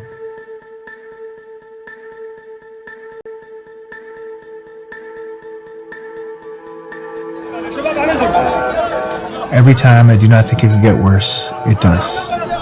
Today, Deir Bella, the area I'm in, was bombed, resulting in a massive mass casualty event at the hospital. I lifted a dying little girl in my arms off the floor when I got frustrated waiting for a gurney and realized she was going to die on the floor at my feet. The girl, named Farah, was 12 years old, but about the size of my 10-year-old daughter. I could still feel her arms around my neck as I typed this. There were a few more kids that died today. One in his father's arms. This is a father cleaning off his son for the final time. A mother holding the shoes of her child. I don't know if he's alive. There was no time to process. We only have this many machines. We only have this much space. We only have this much gauze. I don't have enough blood to hang for blood transfusions. I don't have enough fluids to get this person's blood pressure up. And so the decisions were made second to second, and we tried our best.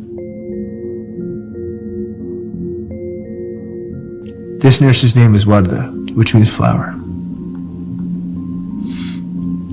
My man, Enes, always ready with some nicotine. Ala, an ICU nurse and the chef of the ICU. He may understand a quarter of what I say and vice versa, but I love him. Every healthcare provider there is living in two worlds. Every time an ambulance pulls up, the first question people ask is, what neighborhood was it where the bomb dropped? Was it where my family was?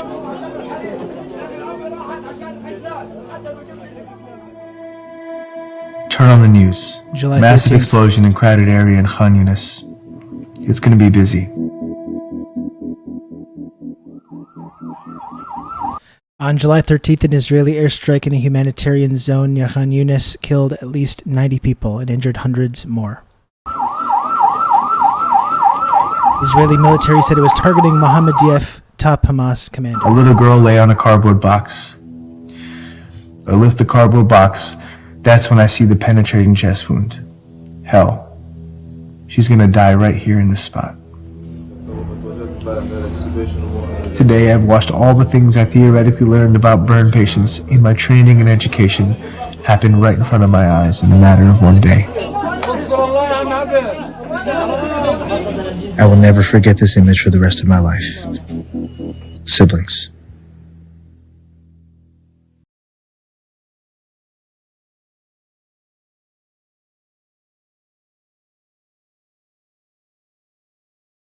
And Cinnamon Challenge says, I hate that people only care about children. And I agree with that sentiment, Cinnamon Challenge, because it's like, I think we kind of like,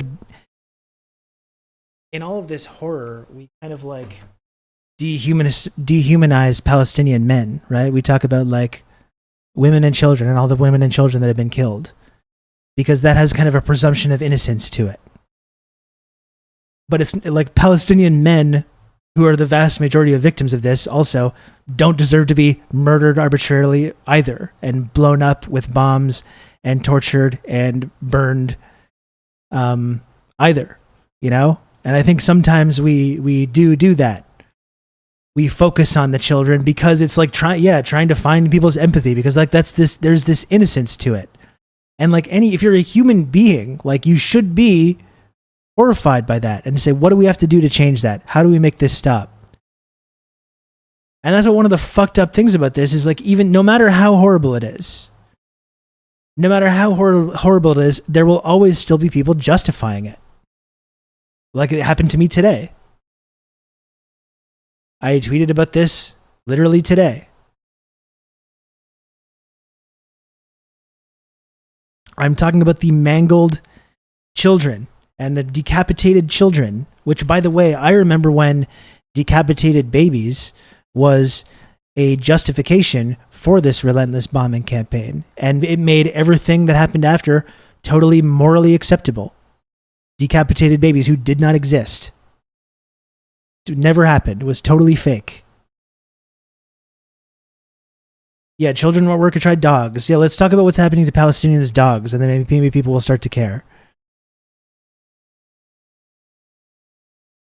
So I have this comment from Jerry T. And like there's so many examples of this kind of sentiment. When he says, shift your gears towards demanding Hamas and supporters surrender immediately to obvious terms, rather than standing behind a losing war that they only continue to generate more Gaza martyrs and more propaganda TikToks. I can't help but see your crocodile tears as ghoulish, says Jerry T. And like, yes, stop resisting. No, the killing of children will continue until Hamas surrenders and stops it. And they're only doing this to generate atrocity propaganda. You know, if you thought that was true, that like all Hamas cared about was generating atrocity propaganda, one thing you could do to really own Hamas would be to stop bombing the children and stop manufacturing that propaganda. I think that would be one way to really counteract that propaganda strategy. If you were so concerned about Hamas's atrocity propaganda TikToks, you could simply stop murdering the children and then they wouldn't have those anymore.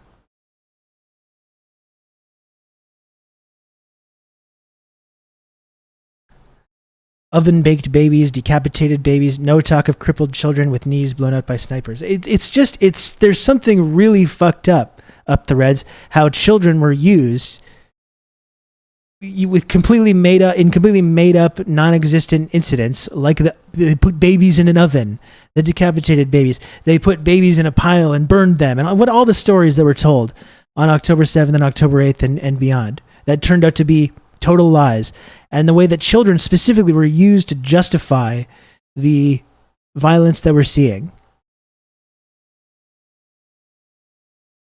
And then when we see actual images of murdered children, tens of thousands of them, including decapitated children. I talked earlier on, that was one thing I saw this week scrolling on my phone, a child with a headless corpse of this beautiful child. And somehow it doesn't elicit the same sympathy. Somehow it doesn't justify Hamas's actions. Somehow it doesn't justify taking Israeli hostages. It doesn't, nothing, it's just the asymmetry in how we use this. The idea of children suffering to justify violence, and when it's justified and when it's not justified. And Larry says the key is whiteness. And yeah, that's really interesting too, because sometimes it's not even about the color of people's skin. There's Israelis that have more brown skin, you know? It's not like all Israelis are lily white Europeans. Many of them are, coming from Poland and these other kinds of places. Many of them are not. But it's like, who gets the umbrella of whiteness? It's not even about skin color. It's about who gets that umbrella of whiteness and is then allowed to act like with that kind of impunity. That's a really kind of interesting phenomenon. Yeah, whiteness is less about your skin shade and more about your relation to colonialism.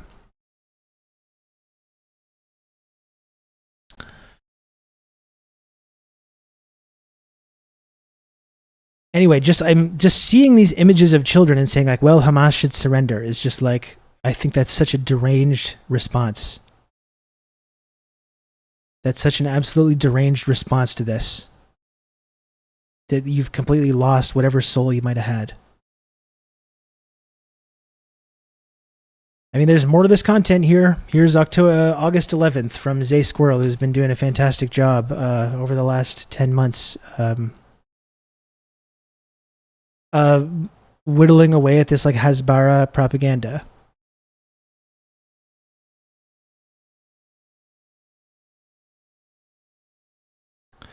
A Palestinian civilian raped by female Israeli guards has given direct testimony that children are also being mass raped in their dungeons.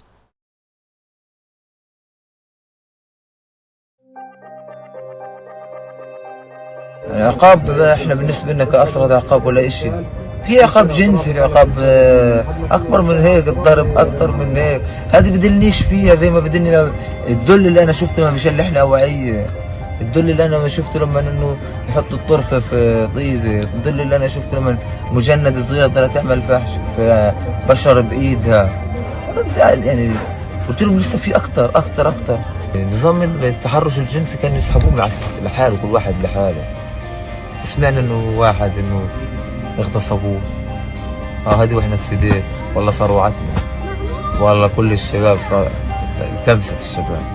And talking about rape, I think, is important too, considering not just the murder, the way that the murder of children was used to justify all of this violence, the kind of acts of violence against children, but rape, the way rape has been weaponized in this, and this whole narrative about Hamas rape gangs on October 7th that began right away on like October 8th. These stories of these Hamas rape gangs started, and there's been countless articles about it, just with no evidence, with zero actual eyewitness evidence, zero actual survivor testimony.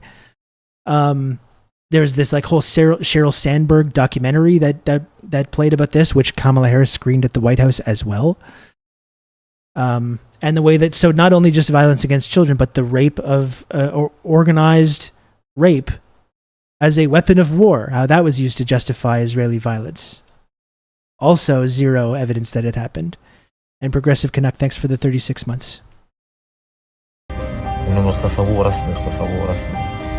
وفي اطفال اغتصبوا. والله العظيم كان عندنا شاب من الزيتون ما خلتنيش You can count on me. You're gonna have good old Rob to talk you through all this. Hi, Rob. Sikalufakis, thanks for the 31 months of Prime. Screams without reporting, that's right.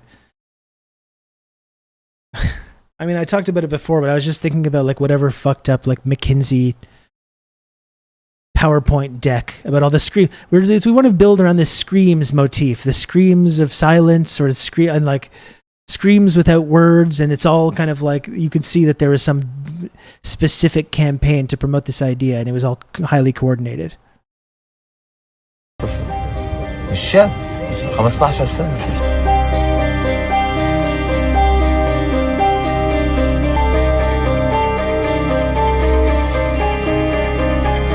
من أول دقيقة دخلت في الثمانين في الثمان شهور، من أول دقيقة لآخر دقيقة كانت كلها عذاب مشقة، ولا دقيقة شفنا راحة مرتاح، فيش نظافة، لا. من أول دقيقة لآخر دقيقة كلها عذاب، كل أمورنا كانت عذاب. أي حركة أنت بتسويها أنت طول ما أنت موجود تتعذب لفظي، تتعذب تحرش، تتعذب مسبات. الحساسات يخبوك أماكن حساسة، الحساسات دي تحتاج التفتيش، تكون حديدة هالقد طولها، هيك طولها الحديدة، فتش عندما بصل أماكن حساسة بضربك فيها. لدرجة إنه بصيرش بلزق لزقات، صار يلزق عندي زي هيك، صرت أرج رايش، صار يصعقني بالكهرب، إيدي هان من هان يصعقني بالكهرب، هاد صعقة كهرب مش قادر تروح لليوم، هيك إيدي زي هيك بالكلبش، يصعقني في أماكن حساسة، كان يضربني في أماكن حساسة، صعقني فيها كذا مرة، عابت ما أنا يعني للحظة أغمي علي، مجرد ما يغمى عليك بتلاقي اللي واقف وراك بضربه أو بكب عليك جنية مي ساقعة مع صعقة خفيفة من الكهرب مع المية ممكن يعني تقتل. الخفاش بضربه، الخفاش اللي هو الطبيب بضربه، والله بضربك. لما قلت كان مركب لي كانيان هنا ومركب محلول، وهو بركب علقت معاه ممرضة هي كانت وجانبها الخفاش الثاني، يعني هم خفاش الاثنين، علقت محلها بقول تقول لي بنزلنا كذاب، هي اللي جاي تعمل عمل انساني، طبيب يعني انسان، غلطت عليه تقول لي بنزلنا بن كلب عشان قلت You can count on me. You're going to have good old Rob to talk you through all this. Pinot Noir Superstar. Thanks for the 22 months, Tier 1. I appreciate that. Just horrifying stories here. But thank you for the 22 months, Pinot Noir Superstar. The BT News report last night was really good in regards to the escalating tensions. Yeah, that seems like it would be good to look at, but I don't really have 50 minutes to look at it. Maybe that's something tomorrow we could do.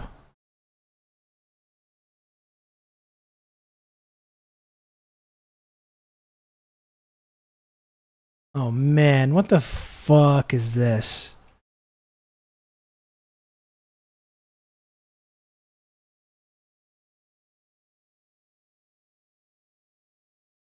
Stephen King. Man, I love Stephen King's books, honestly.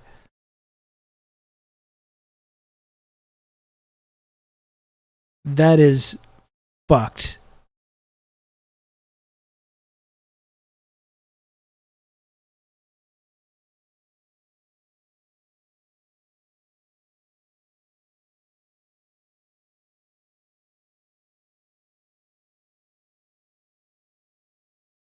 That is actually kind of insane.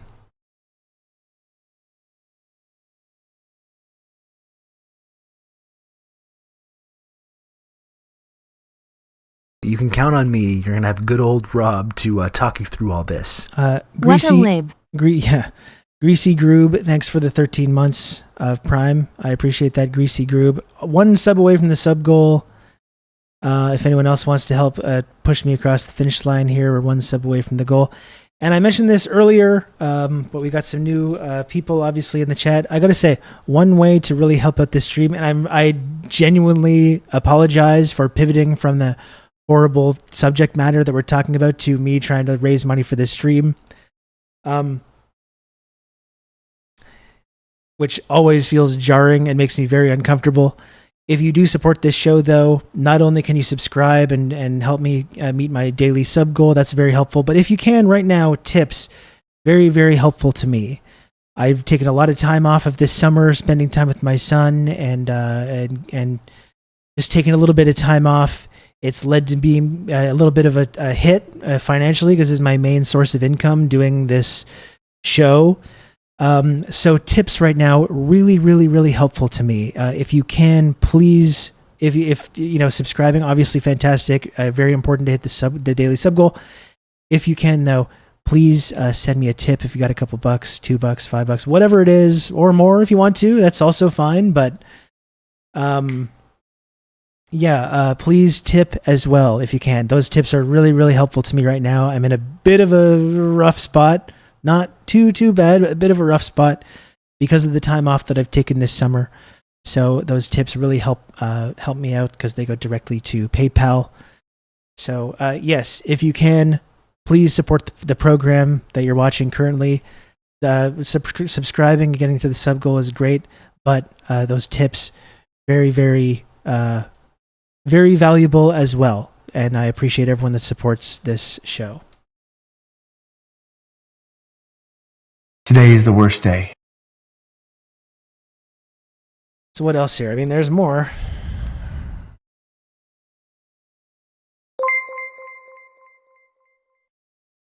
Blurg. Thank you for the $10. Very kind of you. Thank you, Blurg.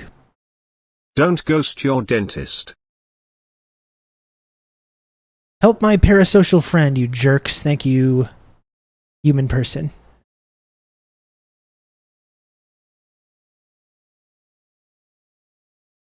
And I really appreciate everyone that supports this program. Still one sub away from the goal. Still one little sub away from the goal. You can count on me. You're going to have good old Rob to talk you through all this. Happy to be back in the fold, as it were. Thank you, Garden Variety Cat Lady. 7 months of tier 1. Very kind of you, Garden Variety Cat Lady. Thank you for that. And thank you for helping me hit the sub goal.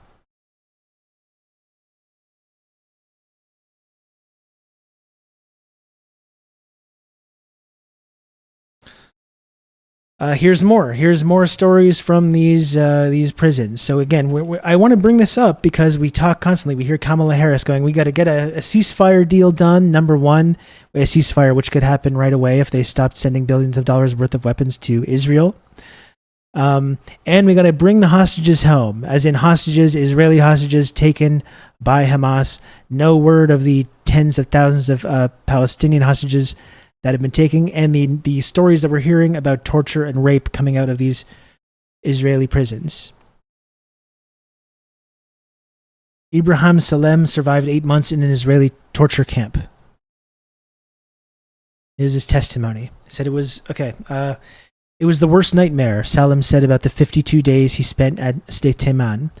Detainees were punished regularly there and constantly insulted by guards in what he called an attempt to harm you mentally. While I was tied and handcuffed, he slammed a chair on me and it broke my chest. I do not know why. Anyone who moves in a certain way gets punished. If you ask to go to the bathroom, you get punished.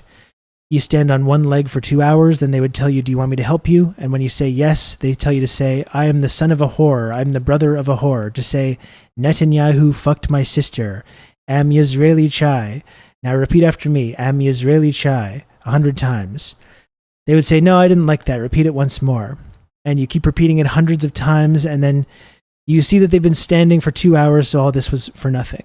Then there was the beating. I remember a chair was broken on my chest. When I was tied and handcuffed, he slammed a chair on me and it broke on my chest. I do not know why. During that incident, the soldier was on the phone with his girlfriend.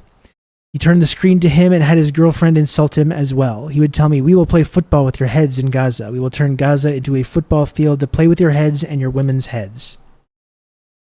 Electrocution. Some of the worst forms of torture took place during interrogations. One time when Salem confronted a soldier over the killing of his young nephews, his punishment was electrocution. He asked me where the rockets were and where the hostages were. You are asking me, what do I have to do with the hostages and how am I supposed to know where they are anyway? I was in Kamal Adwan Hospital. You killed my siblings. You bombed our home. How am I supposed to know where the hostages are? When Salem said this to his interrogator, the soldier replied, we don't kill children. What about my sister's children, aged 3 and 5? Are those soldiers? Salem replied, this is not a soldier. The kid was 5. My sister wanted to just shower her children on a Friday. Is she a fighter? And what about my kids? What did they do to you? Did you participate in the 7 October attack? You killed children. The soldier then brought a chair, got someone to blindfold Salem, and tied his hands, and he asked him why he spoke like that. I noticed that he was gluing something on me. Then I started shaking. He was electrocuting me. He electrocuted me in sensitive spots and hit me in those spots. Raped by female soldiers. Another traumatic episode for many prisoners like Salem was the sexual abuse. Though it was rampant, inmates rarely spoke about it to each other. It was embarrassing for many to admit, especially when they were raped by female soldiers who were sometimes in their teens. It was common practice for soldiers to strip detainees naked, insert objects into their rectum, and grab their genitals aggressively when they changed. When word got around that a prisoner in his 40s was raped, Salem kept getting close to him until he told him what happened to him. He told me he was raped by a female soldier. Israeli media publishes video of soldiers allegedly raping Palestinian detainee. When he asked him how it happened, the prisoner explained it would take place in the presence of another soldier in the room. The prisoner would be bent over a desk with his hands placed in front of him, handcuffed. The female soldier standing behind him would insert her fingers and other objects into his rectum. When he reacted or moved back, the soldier standing in front of him would hit him in the head and force him to bend again. It was one of many stories he heard in detention.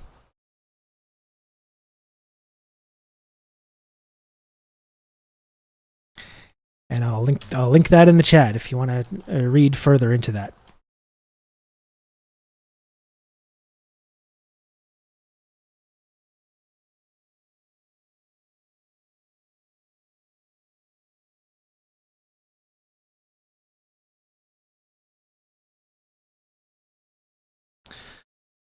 Just scrolling through now to see. I think I've kind of caught up on pretty much everything. All these stories, but I mean, there's just non-stop stories about this. Like, there's just countless stories about this. I know it's hard to listen to. I mean, it's hard to say these things. Like, this is all hard to look at. Like, I agree. I could not agree more.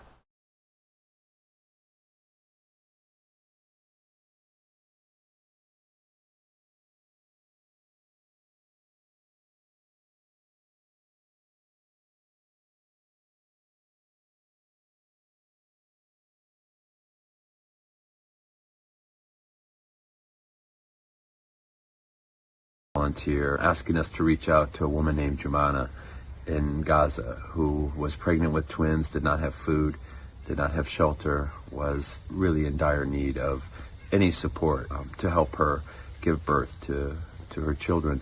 And our team on the ground in Gaza started to support her and give her all of the aid and help that we could, given that aid is very difficult to get in. And yesterday she sent a voice message to our team in Gaza, thanking them for their help and also letting them know that she had just given birth safely to 2 babies named Asser and Aisel. And then today we found out that Jumana and her 2 beautiful twin babies were killed in a bombing in Deir al-Balah. It's heartbreaking for our team, for all of us. These are the 2 infants that were killed. Continue to see the killing every day of hundreds of innocent Palestinians in Gaza. And we ask the world to please put an end to this cruelty, to this injustice, and bring peace and security and a ceasefire to Gaza so mothers like Jumana and babies like Asser and Asil will not continue to be killed needlessly and senselessly.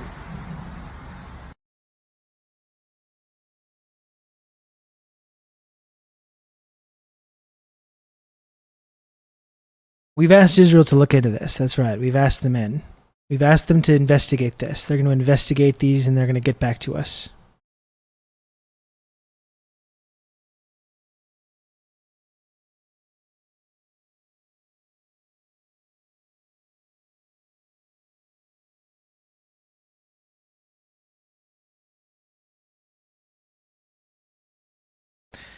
And I guess just going back to how I started talking about this, just it's so jarring. And I don't ever want to center myself or center us as being victims in all this. We're not victims. We're safe. We're comfortable. I have a son. I have a beautiful son who I spend time with every day, and he's safe and comfortable, and he's not in any danger of being attacked or bombed or anything like that. Or worse. And I always try to remember that and keep that in mind and not pretend that I'm some kind of victim because I have to look at bad stuff, you know? That is not true. But just going back to what we're talking about, I think it is psychologically jarring to have witnessed this for now 10 straight months and this nonstop stream of horrors, you know? And it's not just witnessing the horrors, it's the whiplash between the horrors that we're seeing and our own political leaders supporting it and also justifying these activities, still talking about things like human rights and freedom of the press and all these Western values that in the Western rules-based order we like to talk about. And there's this major whiplash, I think, between seeing that and then seeing the way these liberal politicians like Joe Biden, like Kamala Harris, like Justin Trudeau, like Keir Starmer, like Macron, and seeing the way that they talk about this while ultimately still supporting it. Like, this could be over. Not only should there be an arms embargo, like Israel should have been invaded months ago. You know, and the only reason that's not happening because of the resistance axis is because they're exercising extreme restraint because they know with the backing of the United States and the imperialist powers, a full-on assault on Israel is going to lead to maybe a nuclear exchange, maybe World War III. They know that full well. And sometimes we complain and we get impatient. Why isn't Hezbollah attacking? Why isn't Iran just attacking them? Why aren't they bombing Tel Aviv? We ask these questions, but it's like, that's why that restraint is happening, because the moment that happens, that's when this really escalates into a really disastrous conflict for everybody, you know? And Israel seems like they've been trying to initiate that outcome for months now. They've been trying to initiate that exact outcome, and the fact that it hasn't happened is a testament to the restraint that's being shown. Anyway, just talking about like October 7th and Hamas and these resistance groups, this is why I do appreciate Norman Finkelstein's analysis, because he's really unapologetic in his support for this. The only test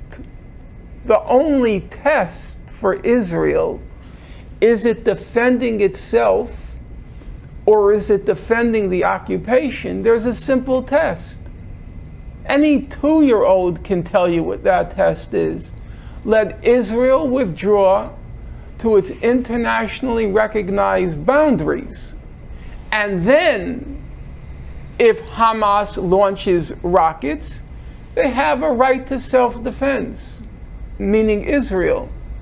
But until they withdraw to their border, their internationally recognized border, Hamas has the right, under international law, there's no question about that.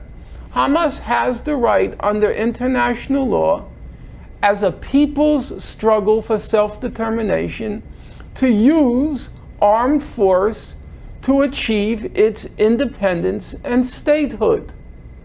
So you can't fault Hamas or the Palestinians for refusing to accept their annexation. In the case of Gaza, it's a double flagrant violation of international law because the blockade is illegal. So what are they supposed to do? Are they supposed to allow Israel to suffocate them to death, as Israel has been doing for the last 7 years? Are they obliged legally, morally, to lay down and die? Is that their obligation under international law? You're a mother. I know.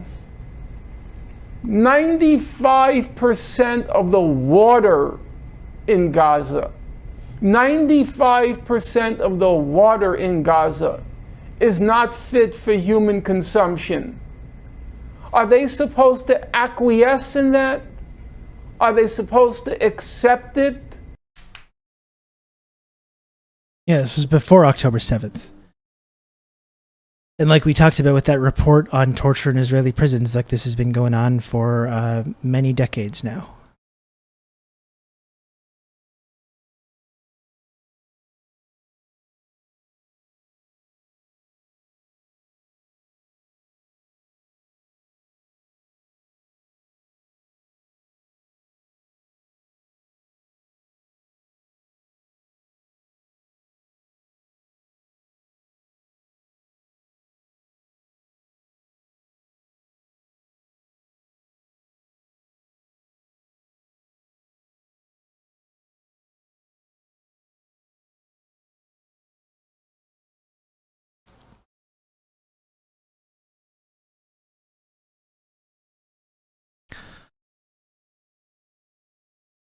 You know, so what are we even supposed to say about all this? What are we even supposed to say?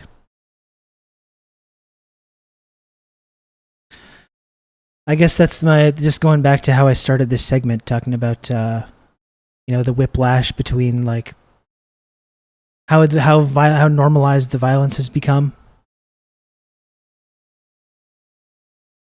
The whiplash with what our leaders are saying and doing while supporting all this. I'm talking to you right now. Do you want Trump to win? It's like, no, I don't actually. I don't want Trump to win, but I would like the Democratic Party and the United States government to stop supporting this genocide. I do want that, though. I do want that. Are you more excited for Harris than you were for Clinton? Or are you voting for Trump? Yeah, that's where our discourse is at. Thank you, New Chatter Ross Publica.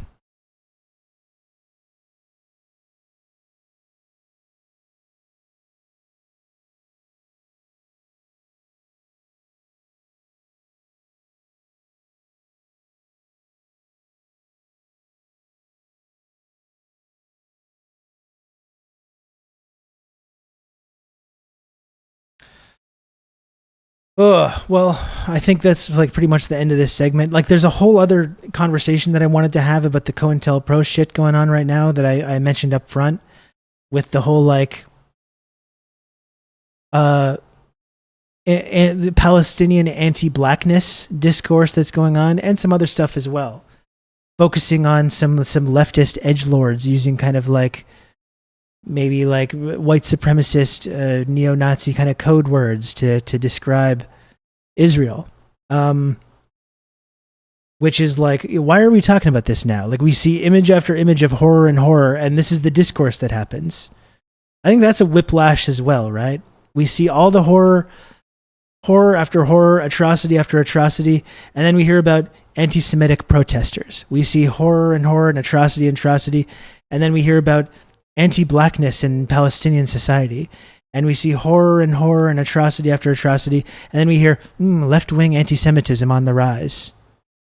And that's another form of whiplash, the way what the discourse is versus what the reality is.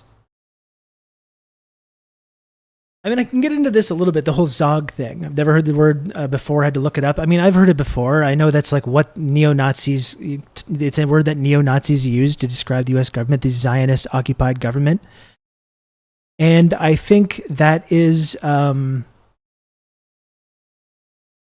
okay, so here's my basic stance on this. I think when you talk about the Zionist-occupied government, you're inverting the power structure in this like colonialist enterprise. Like we know it's the United States that's the head of the snake. Israel is their attack dog in the Middle East. It's their military base in the Middle East, and they certainly have a long leash that sometimes even causes them to bite their own owner. It seems like sometimes. But it still does invert that power structure. And then you do get into kind of like anti-Semitic territory when you do that. Although, I will say also, not to support that kind of language, but I think this is another example of how Israel encourages anti-Semitism. Israel's own actions encourages anti-Semitism. Like when you look at the United States government and how it seems to be like subsidizing this nonstop horror and doing everything Israel wants with no consequences, you might get the idea that it's Israel that's in charge. I'm not saying that's a correct conclusion, but I think that's somewhat of if you're looking at this situation objectively, that's a somewhat understandable conclusion to come to. because that's what it looks like. It looks like our Western leaders are just bending over backwards to allow this country to do whatever they want. It kind of does seem a little bit like that. That doesn't mean that that's what's happening, but I do understand why people get that impression. But that's the thing. It inverts that fundamental power structure. But more importantly, I don't know why it's being talked about. Here's maybe my edgiest take here, okay? And you'll excuse me if you think this is crossing a line or if it's out of bounds or whatever.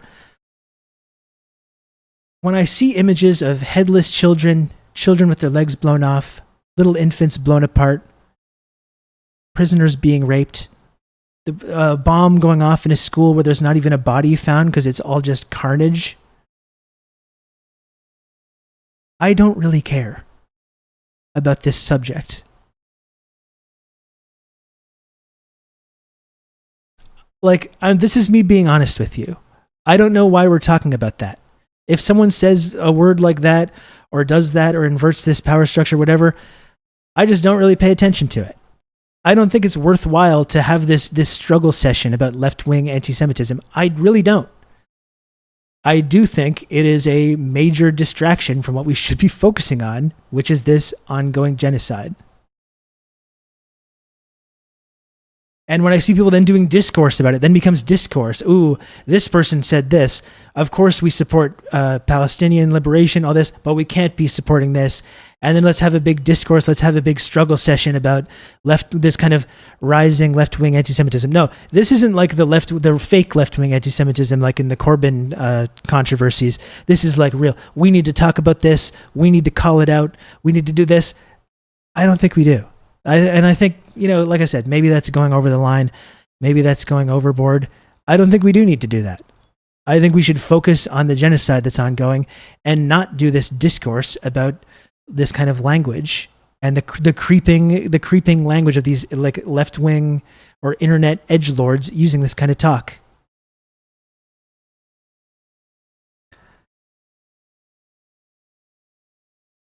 Even the resistance factions don't use that analysis. Well, and that's just it. And I don't agree with that analysis either. This is what the dialectic that I'm trying to kind of talk about here. I don't agree with that analysis either. But I don't think we should be doing discourse about it either. When we're seeing images of little kids with their heads blown off, I don't want to talk about left-wing anti-Semitism. I don't think that's helping anything. I think if you care about anti-Semitism in any kind of like circles, left-wing circles, whatever circles, if you care about that, you should be calling for Israel to stop the genocide, because that genocide is feeding into that anti-Semitism. That genocide is feeding into all these narratives about the Zionist-occupied government or the media, Zionists controlling the media. When you see the media bending over backwards to run cover for this, Israel's actions are creating this idea. They're feeding into these conspiracies. They're pouring gasoline on this kind of anti-Semitism. I think very intentionally, because then they use that then to justify their whole existence.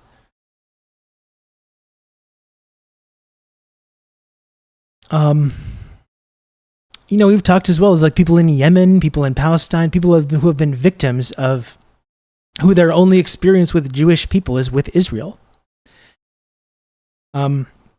Like with Ansar Allah or whatever, and we say, ooh, they've got these anti-Semitic views. I genuinely, even if I don't really agree with that, I can completely understand why someone who grew up in Yemen or Gaza or Lebanon might harbor these kinds of viewpoints, even if I might not agree with the viewpoints. Why are people having these anti-Semitic views where they believe all Jewish people support Israel, all Jewish people support Israel's actions and their violence?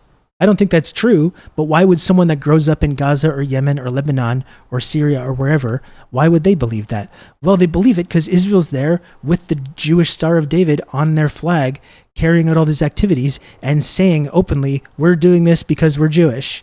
We're doing this because we're Jews and we're the nation of Jews and we're acting on because of Jewish values and Jewish traditions.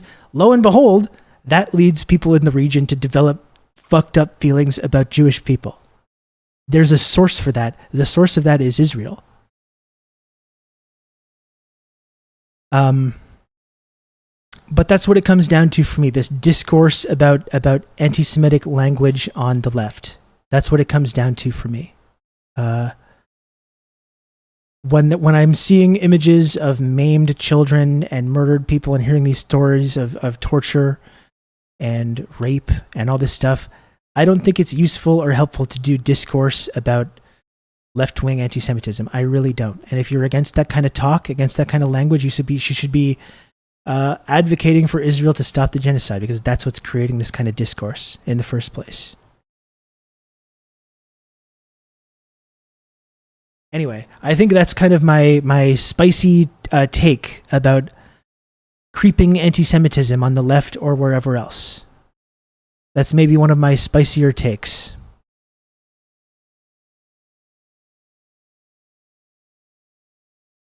I hope no one was offended by my spicy take there.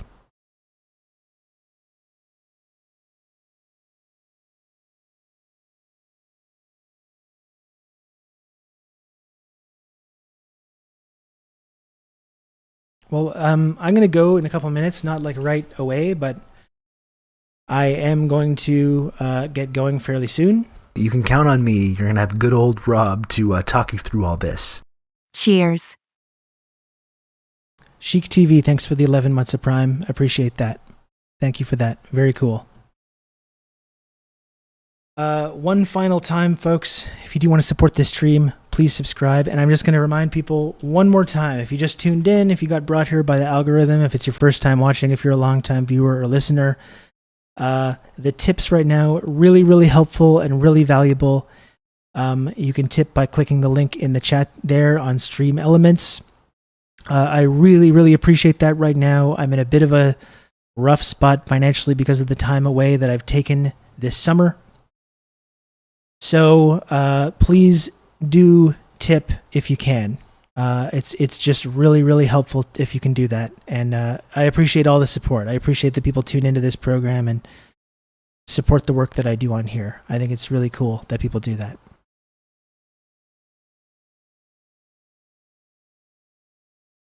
I'll have a Prime for you tomorrow. Oh, that sounds good, Spaceman. Thank you. That sounds good.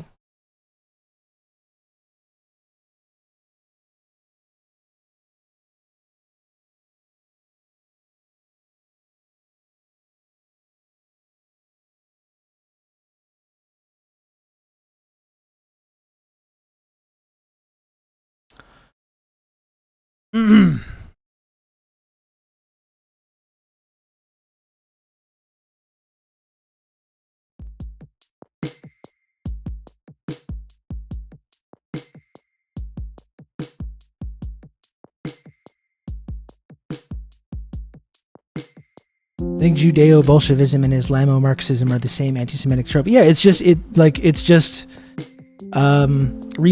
It's repackaged Nazi stuff. It's repackaged Nazi talking points. You can count on me. You're going to have good old Rob to talk you through all this. Mr. Trick 420, thanks for the tier 1 sub, brand new community member. Thank you, Mr. Trick.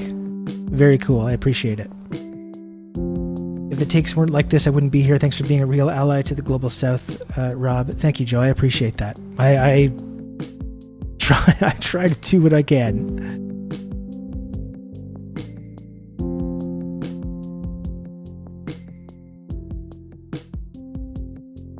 Great stream. I hope Momosita is doing okay. Well, she's having to have a little surgery. Momo's just getting old. Like, she's like 16 years old now, or close. Maybe 15. So she's just getting up there in the years and starting to have some health complications, unfortunately.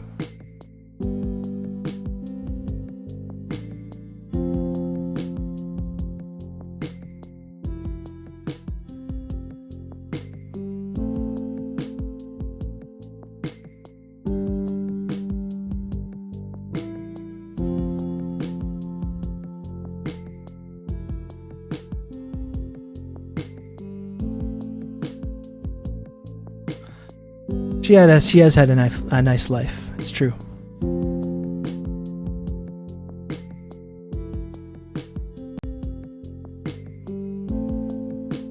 So are there any other fine folks that would like to support this program, or again the tips Very, very helpful. Very, very helpful and valuable.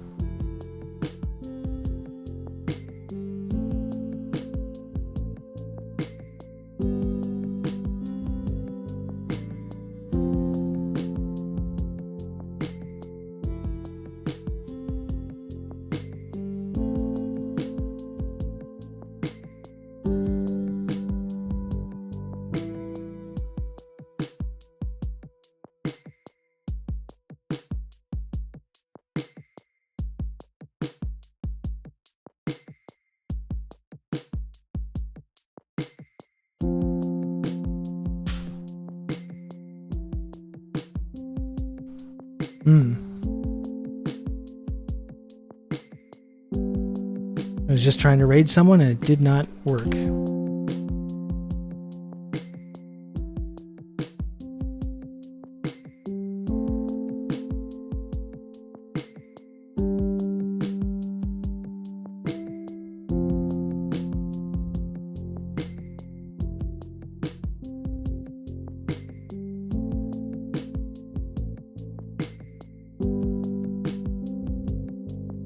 Yeah, everyone, we're going to raid Vio now, but please everyone go give a follow to Barfcast TV as well. We tried to raid, it didn't work. He's been a long-time supporter of this program, who has helped me out a lot over the years, so please give Barfcast TV a raid as well. Hey Adrian, how's it going?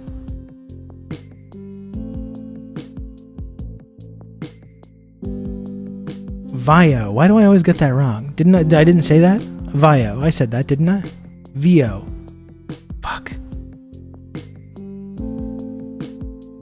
One day I will figure this out.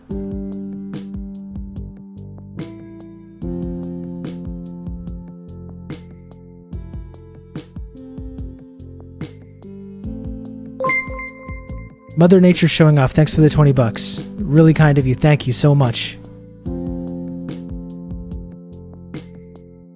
Glad you had time off. Thanks for the news. Thanks, folks. And I will be back tomorrow, okay? I will try to be back at noon sharp tomorrow. All right? I'll try to be back at noon tomorrow. Plenty more things to talk about. Until next time, folks. Thank you.